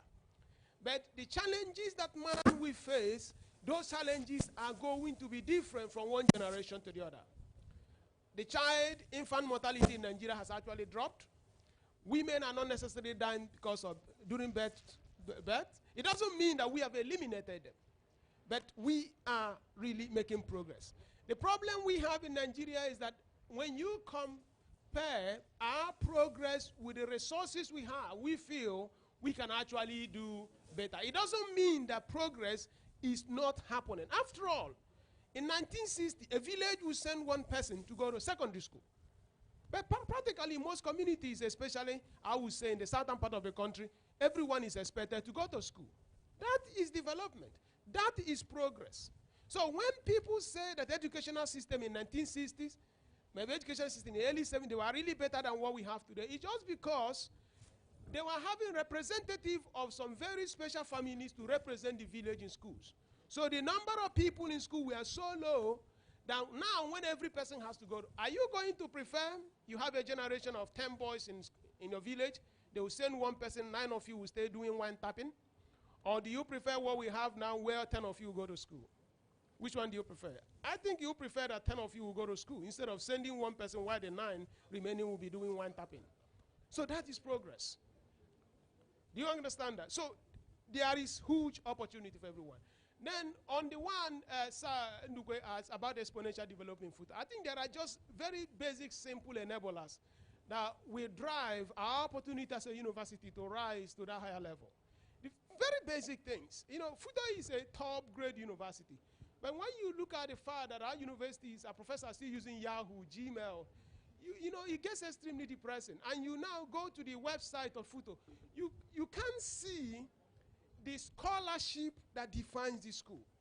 There is this webometric ranking. You know, it comes out basically every year where they rank universities. You know, you can actually improve your ranking in those things by actually making your professors visible. So let's say that SEET has a subdomain in FUTO website where professors in SEET can actually post their academic works, manage their website individually themselves so that the contents can keep changing, not in years, once in a year, but actually daily, as necessary. Do you know that webmetric will actually track and FUTO will rank higher? This year, University of Nigeria Nsukka came first because the professor, the vice chancellor came and actually made it a policy that he wants to see UNM professors sharing more on their website. And when the robot that does all this crazy ranking browses, he can see more journals from UNM professors. But FUTO website is not constantly being updated. The professors, I don't even think they have access to actually create their own personal pages and update them. These are defaults in American universities. So these are very little things. And of course, I would say, to a large extent, it's not peculiar to FUTO. The way we do our compensation, our performance metric, our promotion in the Nigerian university system has to evolve. I recall vividly when iOS came out and Android came out, they were looking for people that can actually teach them in American university. Do you know what they did? They went to Apple. They went to Google and said, send us your engineers to come to Stanford, come to Johns Hopkins University to teach these students. They came. They gave them adjunct professorship. They gave them special titles so that those young men, most times they left higher paying jobs to come to teach American students in the university. If you do that, ASU will go on strike, saying you are bringing these people that don't even have PhD. Because these guys that are expert in iOS, expert in Android, most of them, maybe they didn't even finish university. But they are the best because they created this technology from scratch. Do you see the difference? Chinua Achebe would not have gotten to UNN in the modern day university system in Nigeria because I don't think he had a master's degree. Why Shoyinka would not have gotten to University of Ibadan and Obafemi University in the modern day Nigeria because he doesn't have a PhD. Do you get the point? Because there is no way the ASU will even allow these men to rise because the system has been designed. You need to show a special type of certificate that has PhD, irrespective of the output that you are actually generating. So when the system is designed in places like FUTO, where the certificate now becomes the optimal destination for every person to rise, it means everyone now has to go and get a certificate, irrespective of what you have. But if you go to the private universities, to a large extent, like Covenant, Babcock, you know what drives everything is your output. And that's why all the top consulting companies like McKinsey, Boston, that is where they go and pick students. Finally, the point I make there is this. You may think that this ranking doesn't matter. It does. That's what MacArthur Fellowship, that's what at all these foundations, when they are beginning to give funding, say, how is this school ranking? In short, the NUC, for you to win the NUC scholarship, NUC will say that your admission must be in the top 20 universities in the world. Is that not true? That means that NUC itself recognizes the importance of ranking. So you say, I've gotten admission in South Bank University in London, and you say, no, it's not among the top 20. You say, I've gotten admission in University of Maryland, and say, no, it's not among the top 20. But if you say, I got admission in Oxford, and of my precious school, Johns Hopkins University, hey, you say, I'm among the top 20 in the world. You see how ranking, even locally or internationally, can affect the opportunity the university have. Now, the last question about ZEMVOS. At this moment, we work with government and cooperative because of marginal costs. It's going to be extremely difficult to serve a single farmer. There is no chance. We are not selling technology. We are actually offering a service. So what we do is that if there is a government or a cooperative that wants to work with us, we have our engineer residents in that community through the farming season because we don't want the farmers to become IT people. We want them to continue doing their farming thing. Why our guys provide them the data that will help them to drive the efficiency in their farming system.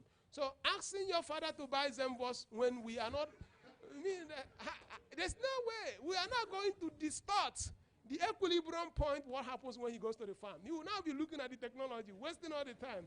No, we don't want that. So we want technology to disappear from his life. Because it's only when we do that, that is the time that opportunity will come. Then I think that's largely the points. And yeah, so how to measure, it's still largely, there are just so many metrics how to really measure talent. You know, I would say some of us had it very well. The first job I got in FUTO was actually my HOD that got the job for me. And they came in, and that time I was in Onitsha. You know, I'm a hustler. This thing did not start today, people. You know, I'm a professor, but I'm also a container man. People know that. I really like containers. I know all the shapes and the types and all their weights and their size. You know, it's an Igbo man, man. Forget about, you know, all these professor thing, that's not really, you know. So I'm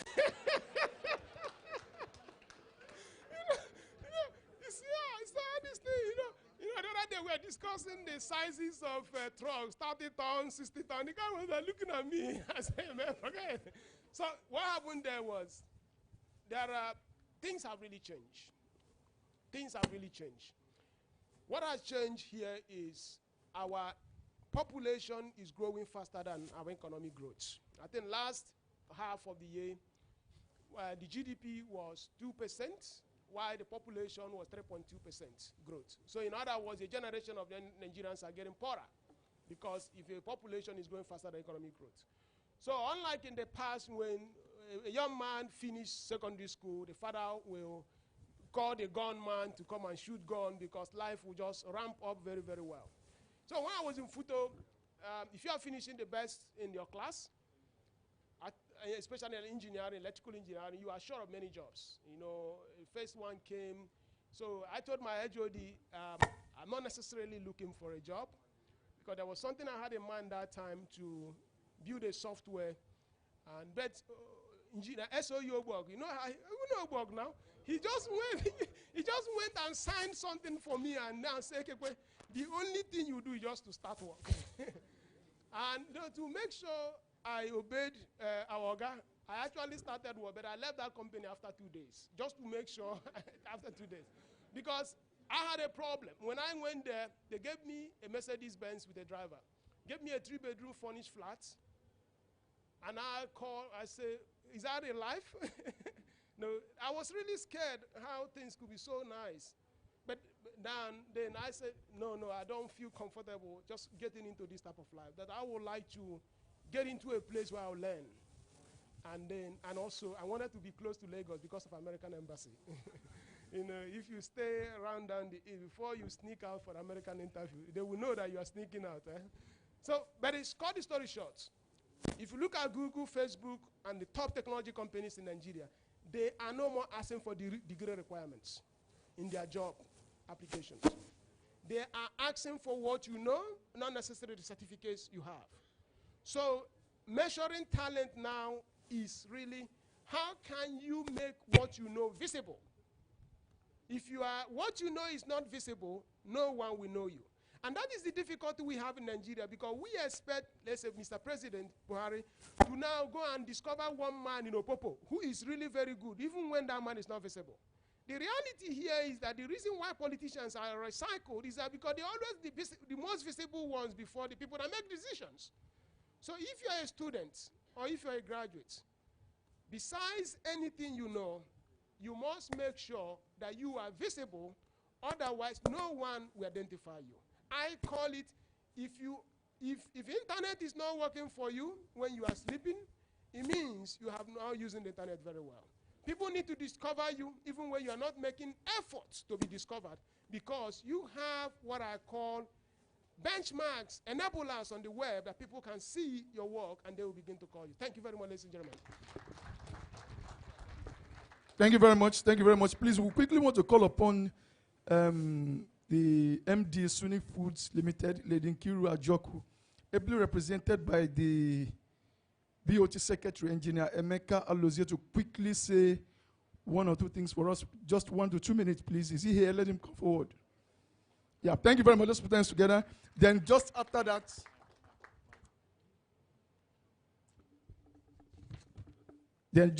his speech, San Dukwe also Ajala will also make a speech, because we are almost coming to the end of this program now.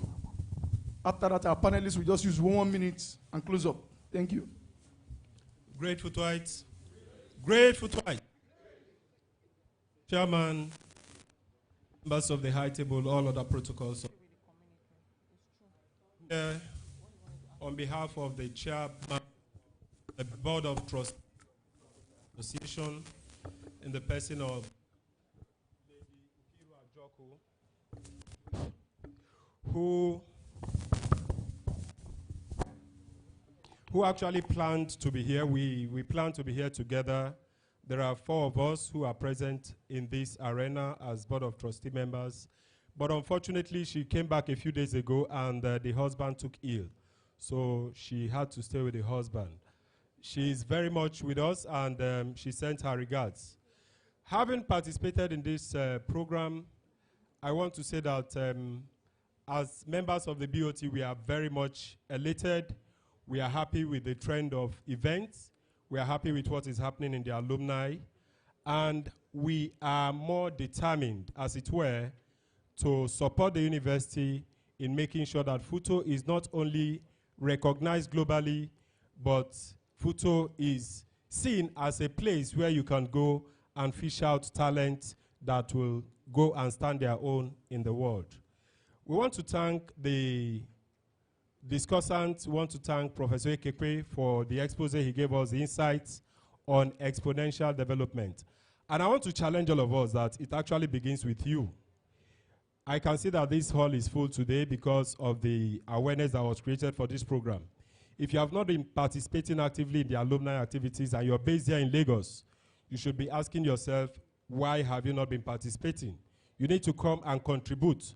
The first speaker told us about engagement with policymakers to also influence these policies. If you don't come out and share your ideas, nobody will know that you have those ideas, and you cannot commercialize them. Like Professor Ikekwe said, for you to be innovative, you need to actually go to the market and be able to fill a need gap. And when you are able to make impact, then you contribute by adding to the social values. So please, whatever you're doing, come out and let us see you. Join to build this alumni, join to build the university, and contribute your quota to the growth of this alma mater. Thank you very much.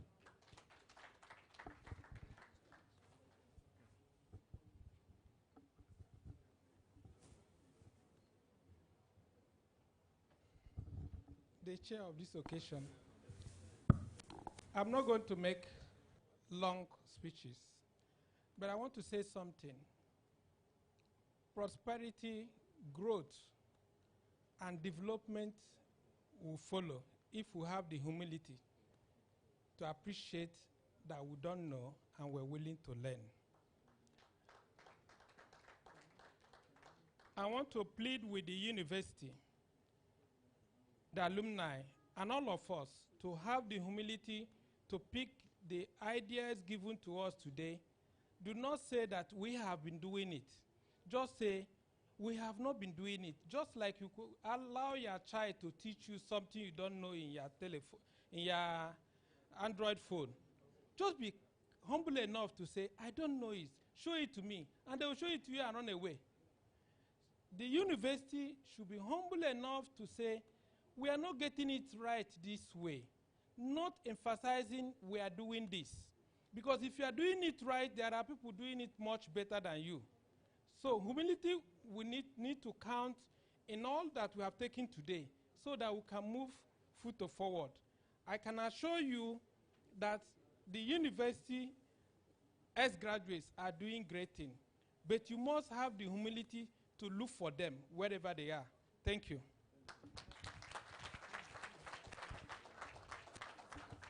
Quickly, we're going to do the presentation of the plaques, after which the panelists would. So let's quickly, we're trying to rush up things. After the panelists will make a speech, then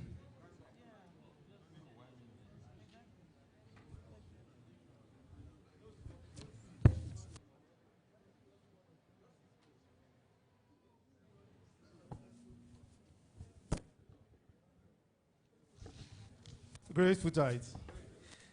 It's been a great discussion today, and we're not going to leave here without putting our thoughts together and making sure that this discussion is taken out from here and to all the stakeholders that will need to hear us from what we've read today. So in line with this, quickly I want to put together a team that will draft a communique for, from this discussion we've had today. And I'd like to quickly request that this distinguished gentleman and lady help us draft a communique very quickly within the next 48 hours so that we can share the outcome of this meeting. So I'm asking Joe Wankwe to head a team to put together this committee, this communique. He's been part of this conversation, and he can recall all that we've had today. I'm asking Professor Damian Dike, to be part of this team. He represents the university in a sense, and he's part of the alumni. I'm equally asking our own very active AK Chikwendo to be part of this team for the critical content side of this conversation. And I will ask Kingsley Duru, please, we'll appreciate you joining this group. To ensure that I play to the biases of Madam, as she suggested, I have a lady on the team. Yes.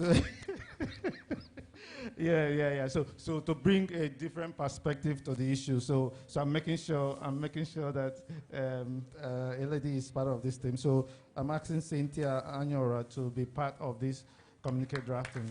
On this note, I want to thank us. Thank you very much.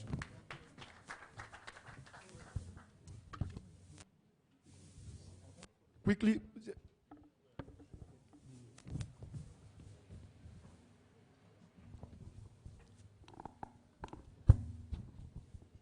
Presentation of plaques now. That's what we're going to do. We're almost coming to an end of this program. While that is going on, the vote.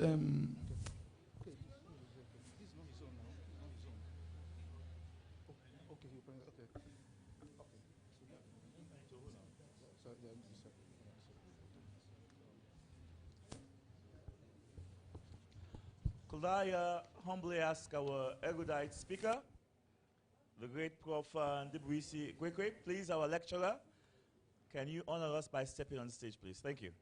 A round of applause as he does that, please.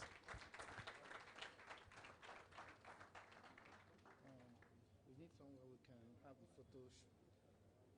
Where's the camera? Where are the camera people? Oh. Huh? Okay, okay, so. It is my singular honor, and I think every one of you will agree with me that it is a well-deserved presentation. This is my singular honor, Prof.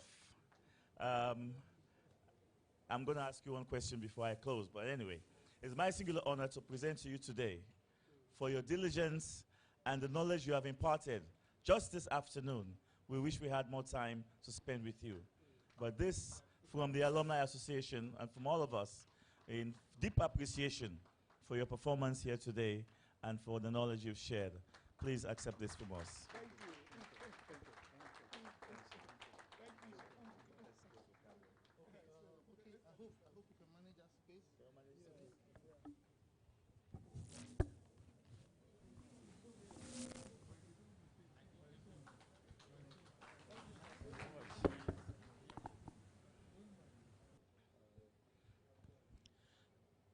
Also, friends, in absentia, but the joys of technology allowed us to connect with him from miles across the ocean.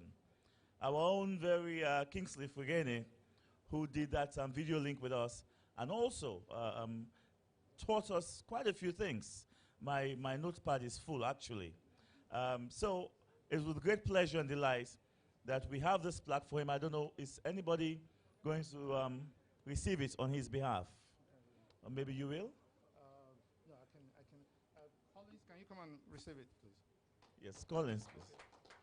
Okay, someone's coming.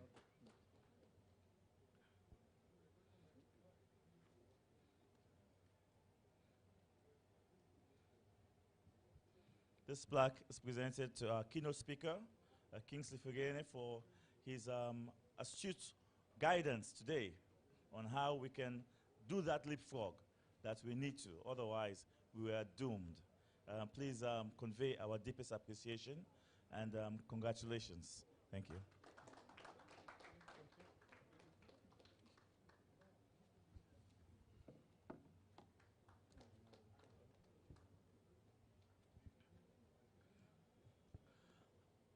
You know,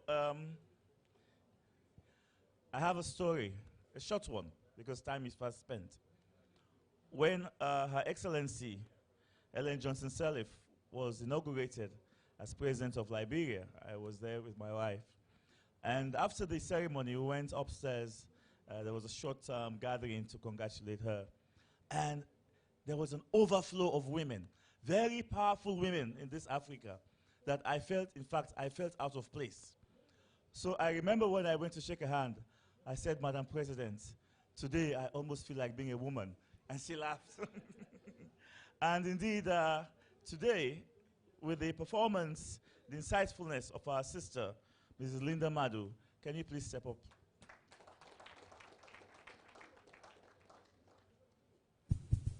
Let's put our hands together for her. As she comes, please. Hapa.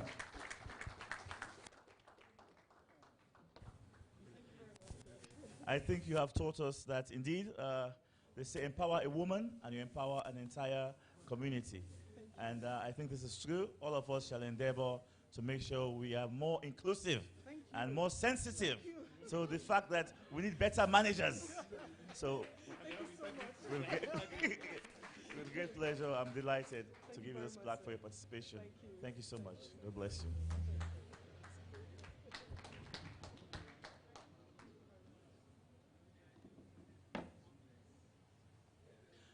Engineer Keshi, my fellow, my confrère, can you please step up?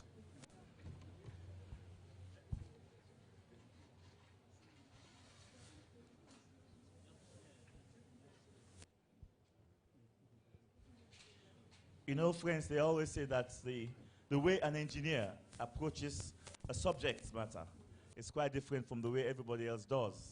I know because my first degree was in engineering, electrical actually. And when I was reading the background of Engineer Kashim, I mean somebody who's worked in the very critical sector of water. You know that water is life. So you can imagine that the man has in his capacity the ability to give life. So engineer, you have displayed such today in the way you communicated to us and in the way you participated so vividly in the debates. We thank you very much for your diligence. Engineer came all the way from Abuja this morning in bad weather for that matter. So a round of applause for him, please. And we thank you for your participation, and please receive this as a token of our gratitude. God bless you. Thank you.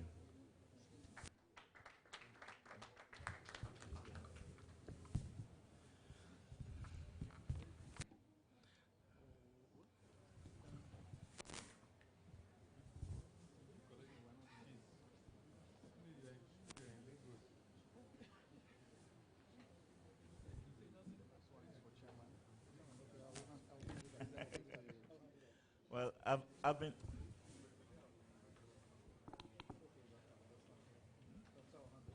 been asked to excuse myself from the microphone because I think it is my turn. Great FUTOites.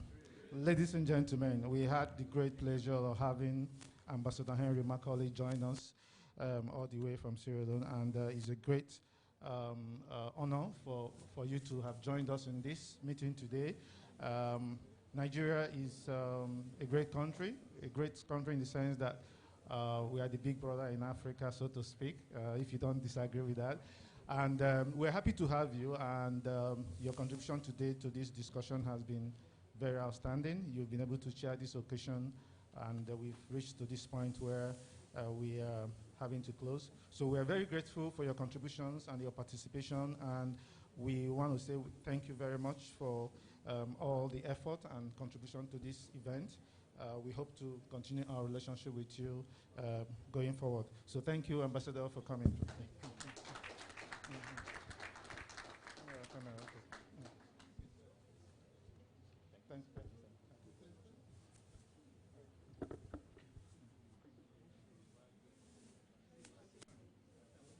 Okay, now let's give the microphone to the DVC academics. He has one or two things to tell us. Finally, so before we leave, I want to thank one of the panelists, Joe Marquis. Unfortunately, we don't have his plaque here, so we're going to make a special one, gold-plated, and send to you for not having it ready. So thank you very much for being a part of this panel. Thank you. DVC, please.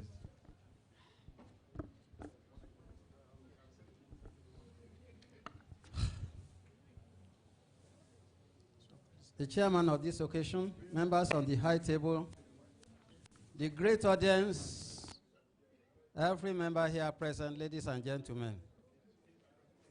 It will be out of place if actually I do not stand before you to appreciate all that has been done today. Because putting this seminar or lecture together has been, and purposely, for the upliftment of FUTO and Nigeria in general. Especially our lecturer. I actually do not know how to appreciate him. If he had continued to the end of this day, I don't think I'll be tired. Having said that, please, the little expression I made is not refuting anything. It's just to put records straight. And I assure you that, just as Ajala has said, I wish to express our level of humility. And we have learned through me a lot from what has been digested and propagated and given to us. And I assure you all that I will take every bit of the information that has been gathered here to the Vice Chancellor and management, because I happen to be a member of the management. And we are going to discuss and improve in all areas we have not been doing well. Just as you have said, if we have been doing something and we say we have been doing it continuously and it has not yielded anything, the best thing is to look at it the other way and find a way of improving it. I assure you that by the time you visit us, you will meet a better situation and a better FUTO. Thank you, and God bless you all. Thank you. Thank you very much, sir. Quickly, the vote of thanks to be taken by the chairman of Lagos chapter of the alumni, Mr. Collins Opara, after which the chairman of the occasion will give his closing remarks, then the closing prayer.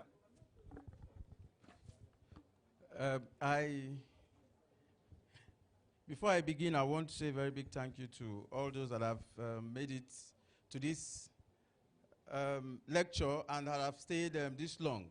I also want to thank those, the people sitting at this table, and for honoring our invitation. It is not easy to take out time from your busy schedules to come in down here and speak to us. I want to say a very big thank you to Prof. Prof, thank you so much for coming. Ambassador raised to power 6. We also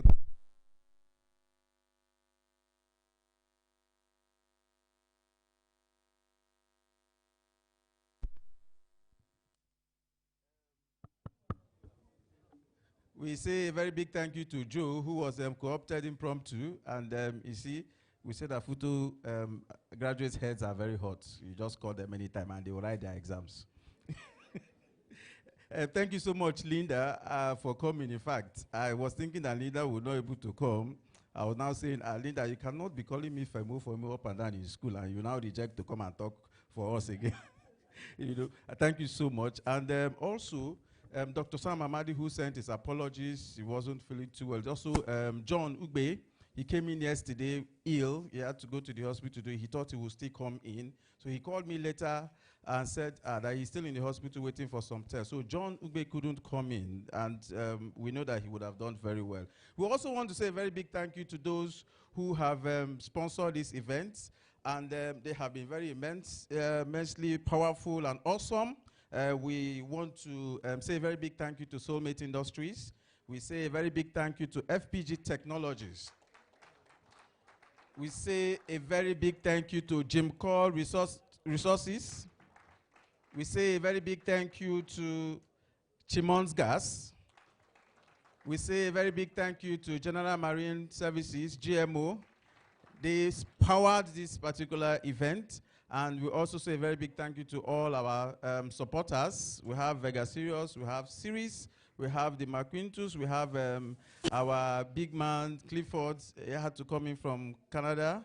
We have Bros J, who has given us a lot of history. We have some of our ex-president, ex-man, and Soje. We have, in fact, all of them here. We have Rex has been wonderful. He ensured that we had a live stream. And we have people who came in from outside Lagos to, many thanks to my very good friend Ozone, O3, for coming too. And we continue to say a big thank you to those who have made it very possible for us to make this event to happen. That is the committee members who have had sleepless nights. And I'm sure that after this event, a lot of them will be taking Volume 5 to have a very good rest. It's not been easy at all. We also thank our elders for the encouragement. They have a list of them. I can't name all of them. They kept putting the pressures for us to go the extra mile. They kept calling to know what we have done. They also began to call all their mates, the 87 sets, the 89 sets, the 92 sets, everyone calling themselves to ensure that this event became the way it is today. I want to say a very big thank you to all of us. Now, I want to say again that the alumni has continued to try to create a conversation around something that will leapfrog the development of not only the nation, Nigeria, but also not only the university or us, ourselves as a network, but also the nation. let me be honest with you. I have to tell you that at this moment, I'm extremely excited. And literally speaking, I'm shaking because I'm speaking before wonderful people and great people. I would, I would actually love to be able to speak like the gentleman speaker, lecturer, Ndubisi Ekekwe. And in fact, the guy can hold any audience in awe at any meeting. When we were at GMO, when after the meeting, MD of GMO called me, said, Collins, thank you that we had this meeting. You know, he just talks as if everything is in his head. I don't know. I think Google really needs to use his head for AI.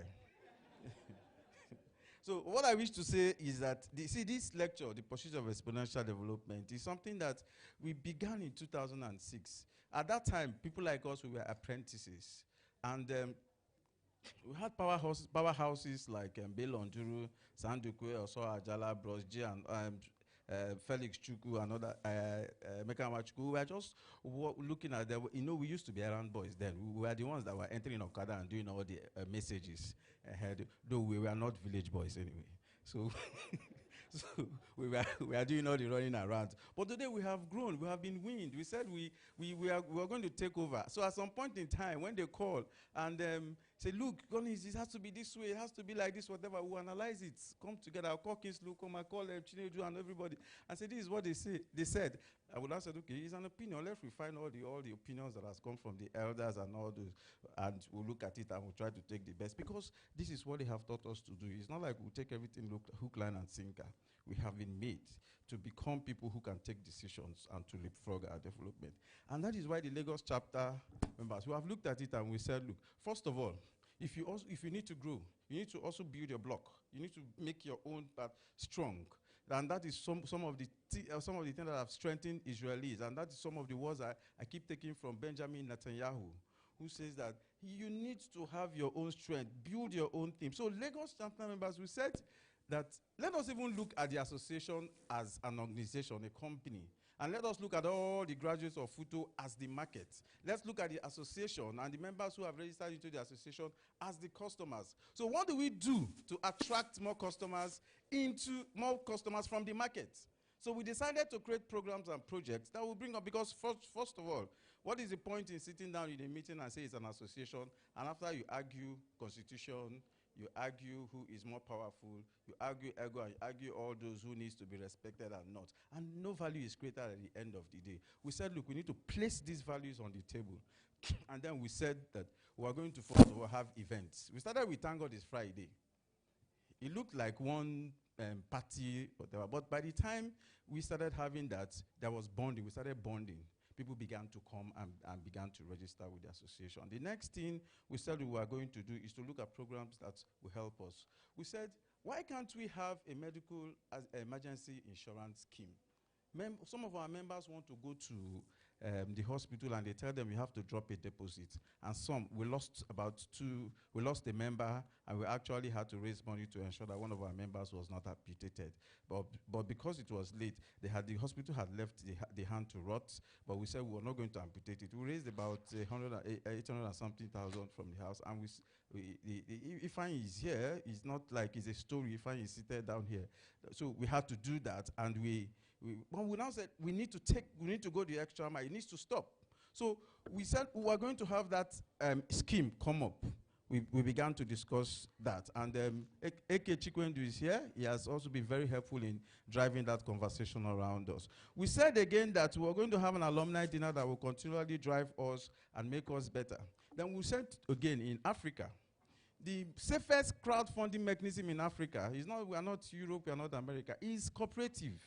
So we need to have a cooperative. And so we set up a committee led by Njideka Mwoga, Lina Star, and the committee has been working to do that. Because one, some of our members, if somebody from the cooperative says they want money to do an activity, somebody will guarantee it.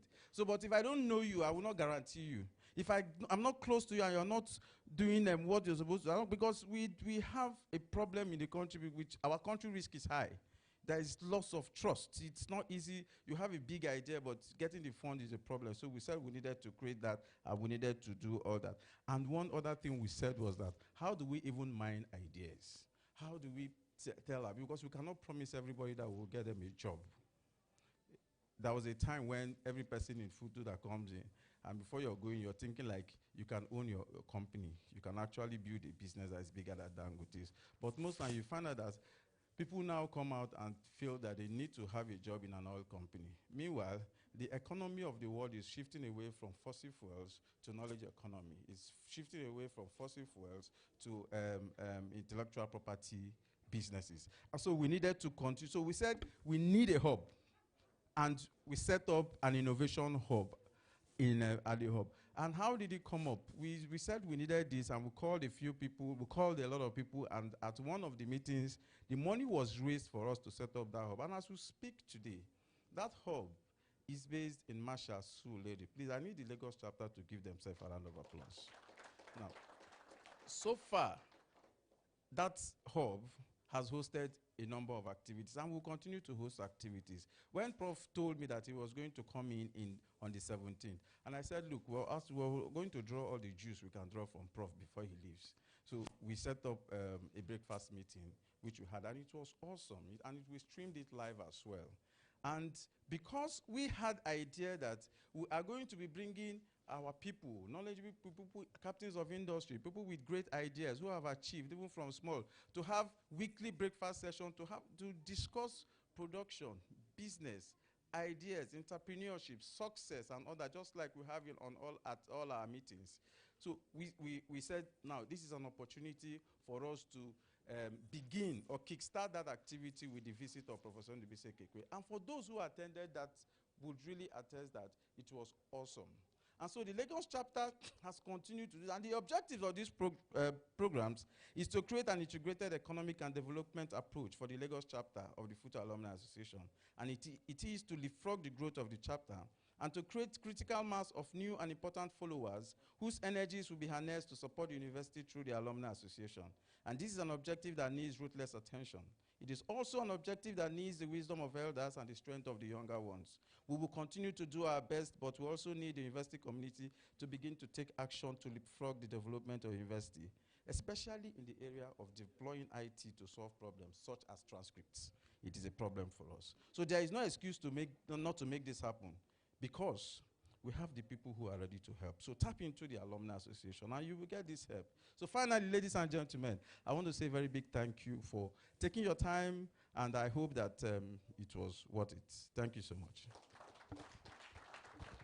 Thank you very much. Wonderful one there from Mr. Collins. We'll take the closing remarks by the chairman of the occasion, after which Engineer Tony Opara should get prepared for the closing prayer.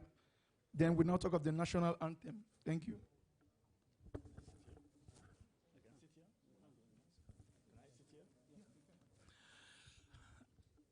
Excellencies, great FUTOites, distinguished friends, all. I'm sure you will be tempted to call me a clairvoyant, a visionaire, because I did tell you that we were in for a feast. Did we not all have a fantastic time? Please, a very big round of applause for all of the participants. What a privilege it has been to share this afternoon with such great people. When we want to talk about the takeaways, I'm sure each one of us has a very well-filled takeaway bag.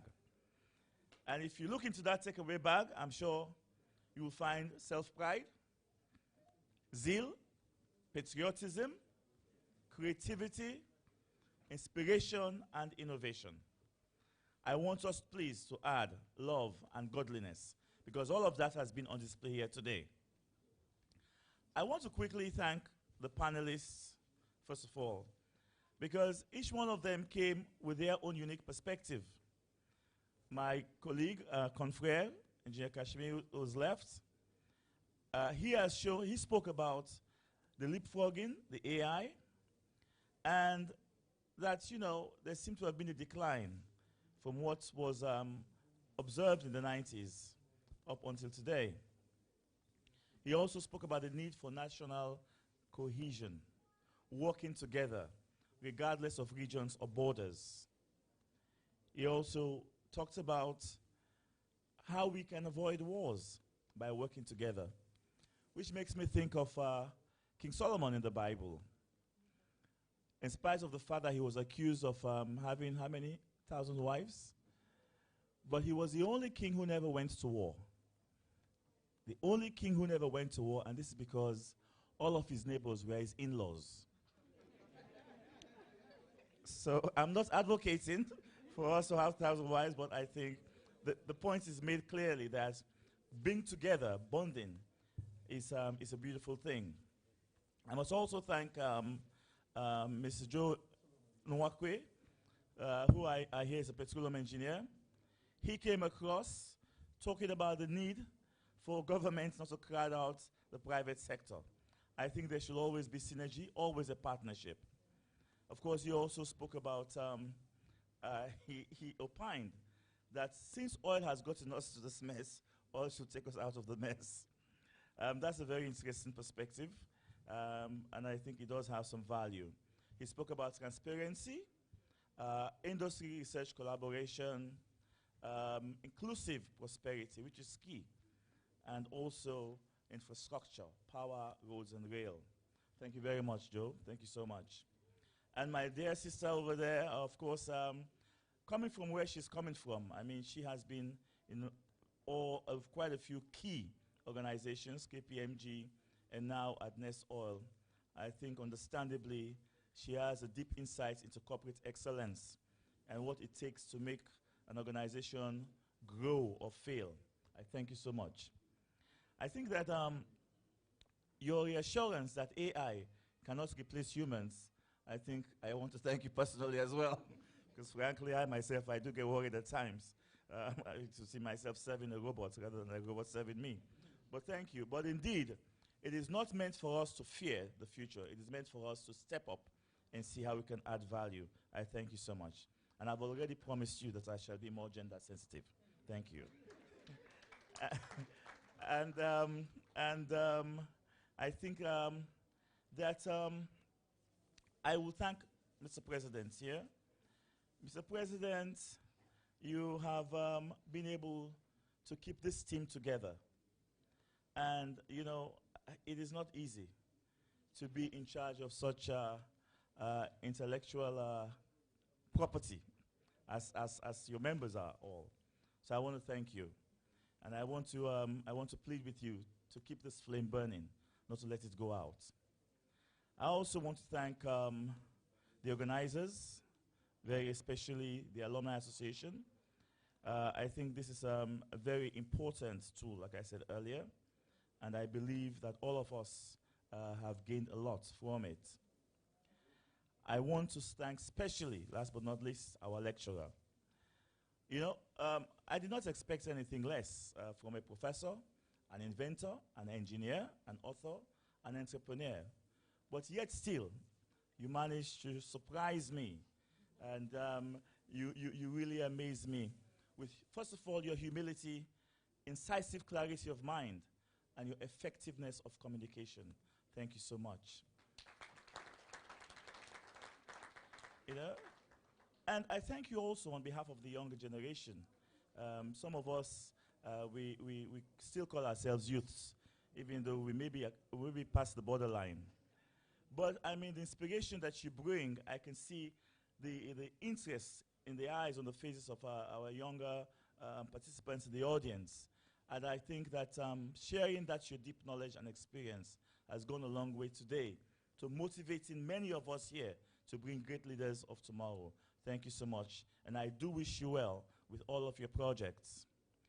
I will tell you that like President Obama was awarded a Nobel Peace Prize, I'm sure most of us remember, even during the beginning of at the beginning of his tenure, when he hadn't done anything.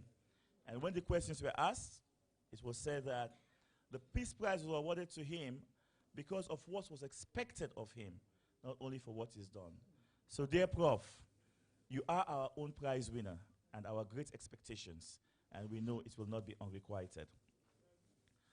To the wonderful audience and guests, we are touched by your engaging attention, which has pushed us to do our best, actually. We have all taken notes. I have taken notes like a small a school child, and I will make sure I read through all of these notes.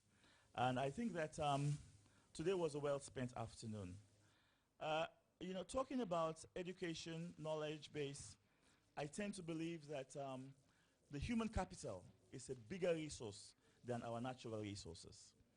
Because, you know, I read somewhere that some people are now accusing Africa of contributing to climate change effects because we extract our minerals so rapidly. I say, they have come again. But however, they cannot accuse us of having too much brains, can they? And they cannot, they cannot. Because with the brain power, we can do what the mineral resources cannot do. So I want to encourage all of us to continue this path. So finally, takeaway conclusions. Few notes I have made. I thank you, Mr. President, for taking this very bold move to immediately constitute a committee to develop the communique. It's very essential. And as our big brother said there, the documentation of what has gone on today is key because it will definitely act as a roadmap, if not as a manual, to our development. So I thank you for taking that decision. But let me just give you just 12 points that I managed to scribble down as takeaways. Number one, enabling environments and political will. I think there was a lot of commonality around that. Enabling environments. You need to have the environment in which to thrive. Number two, investments into technology. It has to be underpinned by some kind of motivation, and tax code was one that was mentioned. Number three, shared prosperity. Indeed, we all have to become stakeholders. Otherwise, one will tend to lag if you believe that only the other party is enjoying and you are not enjoying. So shared prosperity is important, I agree. Land velocity, number four, very important because we do tie up our capital in a lot of assets that are non-performing, and then liquidity is zero, and then quality of life will definitely dip in. It will definitely dip, and there will be problems. So land velocity, how can we turn what we have into assets that will work for us? Number five, localized industry, very, very important. In fact, if you look at how the cost of transportation of goods and services, you will discover that you will cut down on those costs if you have localized industries, especially where the labor force is. That is very important. Knowledge, we cannot gainsay it. We've mentioned it before. Capital, protecting IP and intellectual property, and also trademarks. Very important because when they steal your idea, it is not funny. And at the end of the day, somebody who steals your idea may not even put it to as good a use as you would have, and then it becomes a waste that will be squandered. Agriculture, the biggest employer of labor. Agriculture. I strongly believe agriculture can transform our countries. With agriculture, you empower women and you empower youths. I see no reason why we should not have agricultural units all over Africa where youths can learn how. There was a scheme in Abuja, I think it was, or it was in the Lagos, where the state government was giving seedlings and other types of inputs to youths, and then purchasing the harvest from them. I think that is something that should be continued, because agriculture, not only will we be able to feed ourselves and avoid starvation, but we'll be able to keep our youths and our women, we're able to keep them well employed and making money, in fact.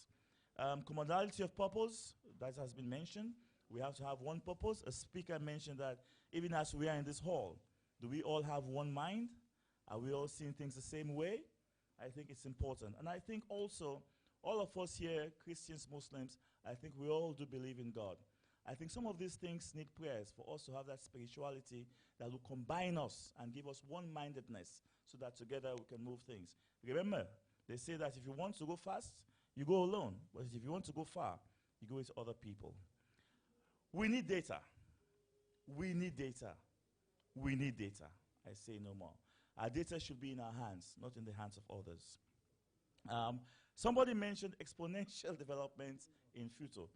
I think that that has been well noted, and I'm sure the representative of the Vice Chancellor has promised us that they will do more will be done, and we expect as much.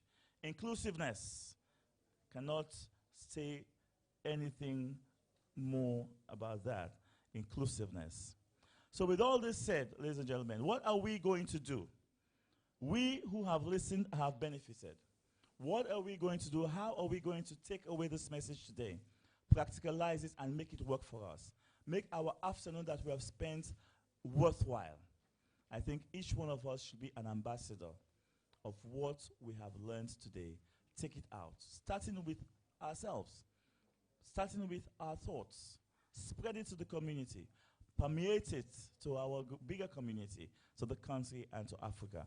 I think if we do so, we'll have given a great effect to today's proceedings, and we definitely will have then made it worthwhile for all those who have participated.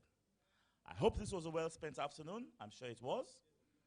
I hope that a fire has been lit in us for each one of us to pursue excellence wherever we find ourselves, because only in this way will we deserve our place in history when the story of a great Nigeria and a great Africa will be written. God bless the Federal University of Owerri. God bless the Federal Republic of Nigeria. God bless Africa. I thank you all very much for your time. Thank you. Let's put our hands together for him. Thank you very much. The closing prayer now will be said by Engineer Tony Opara. After which, there's going to be a photo session out there.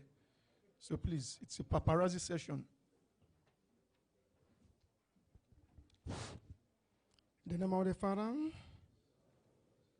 Heavenly Father, we thank you once more for the success of this sixth Biennial lecture today.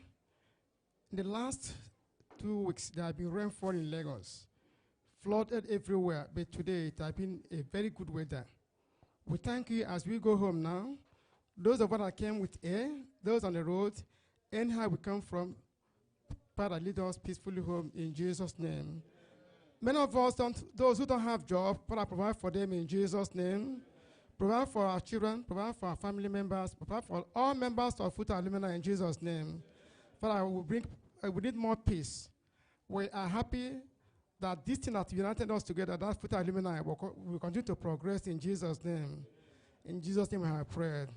In the name of the Father, the Son, and of the Holy Spirit. Amen. Thank you very much.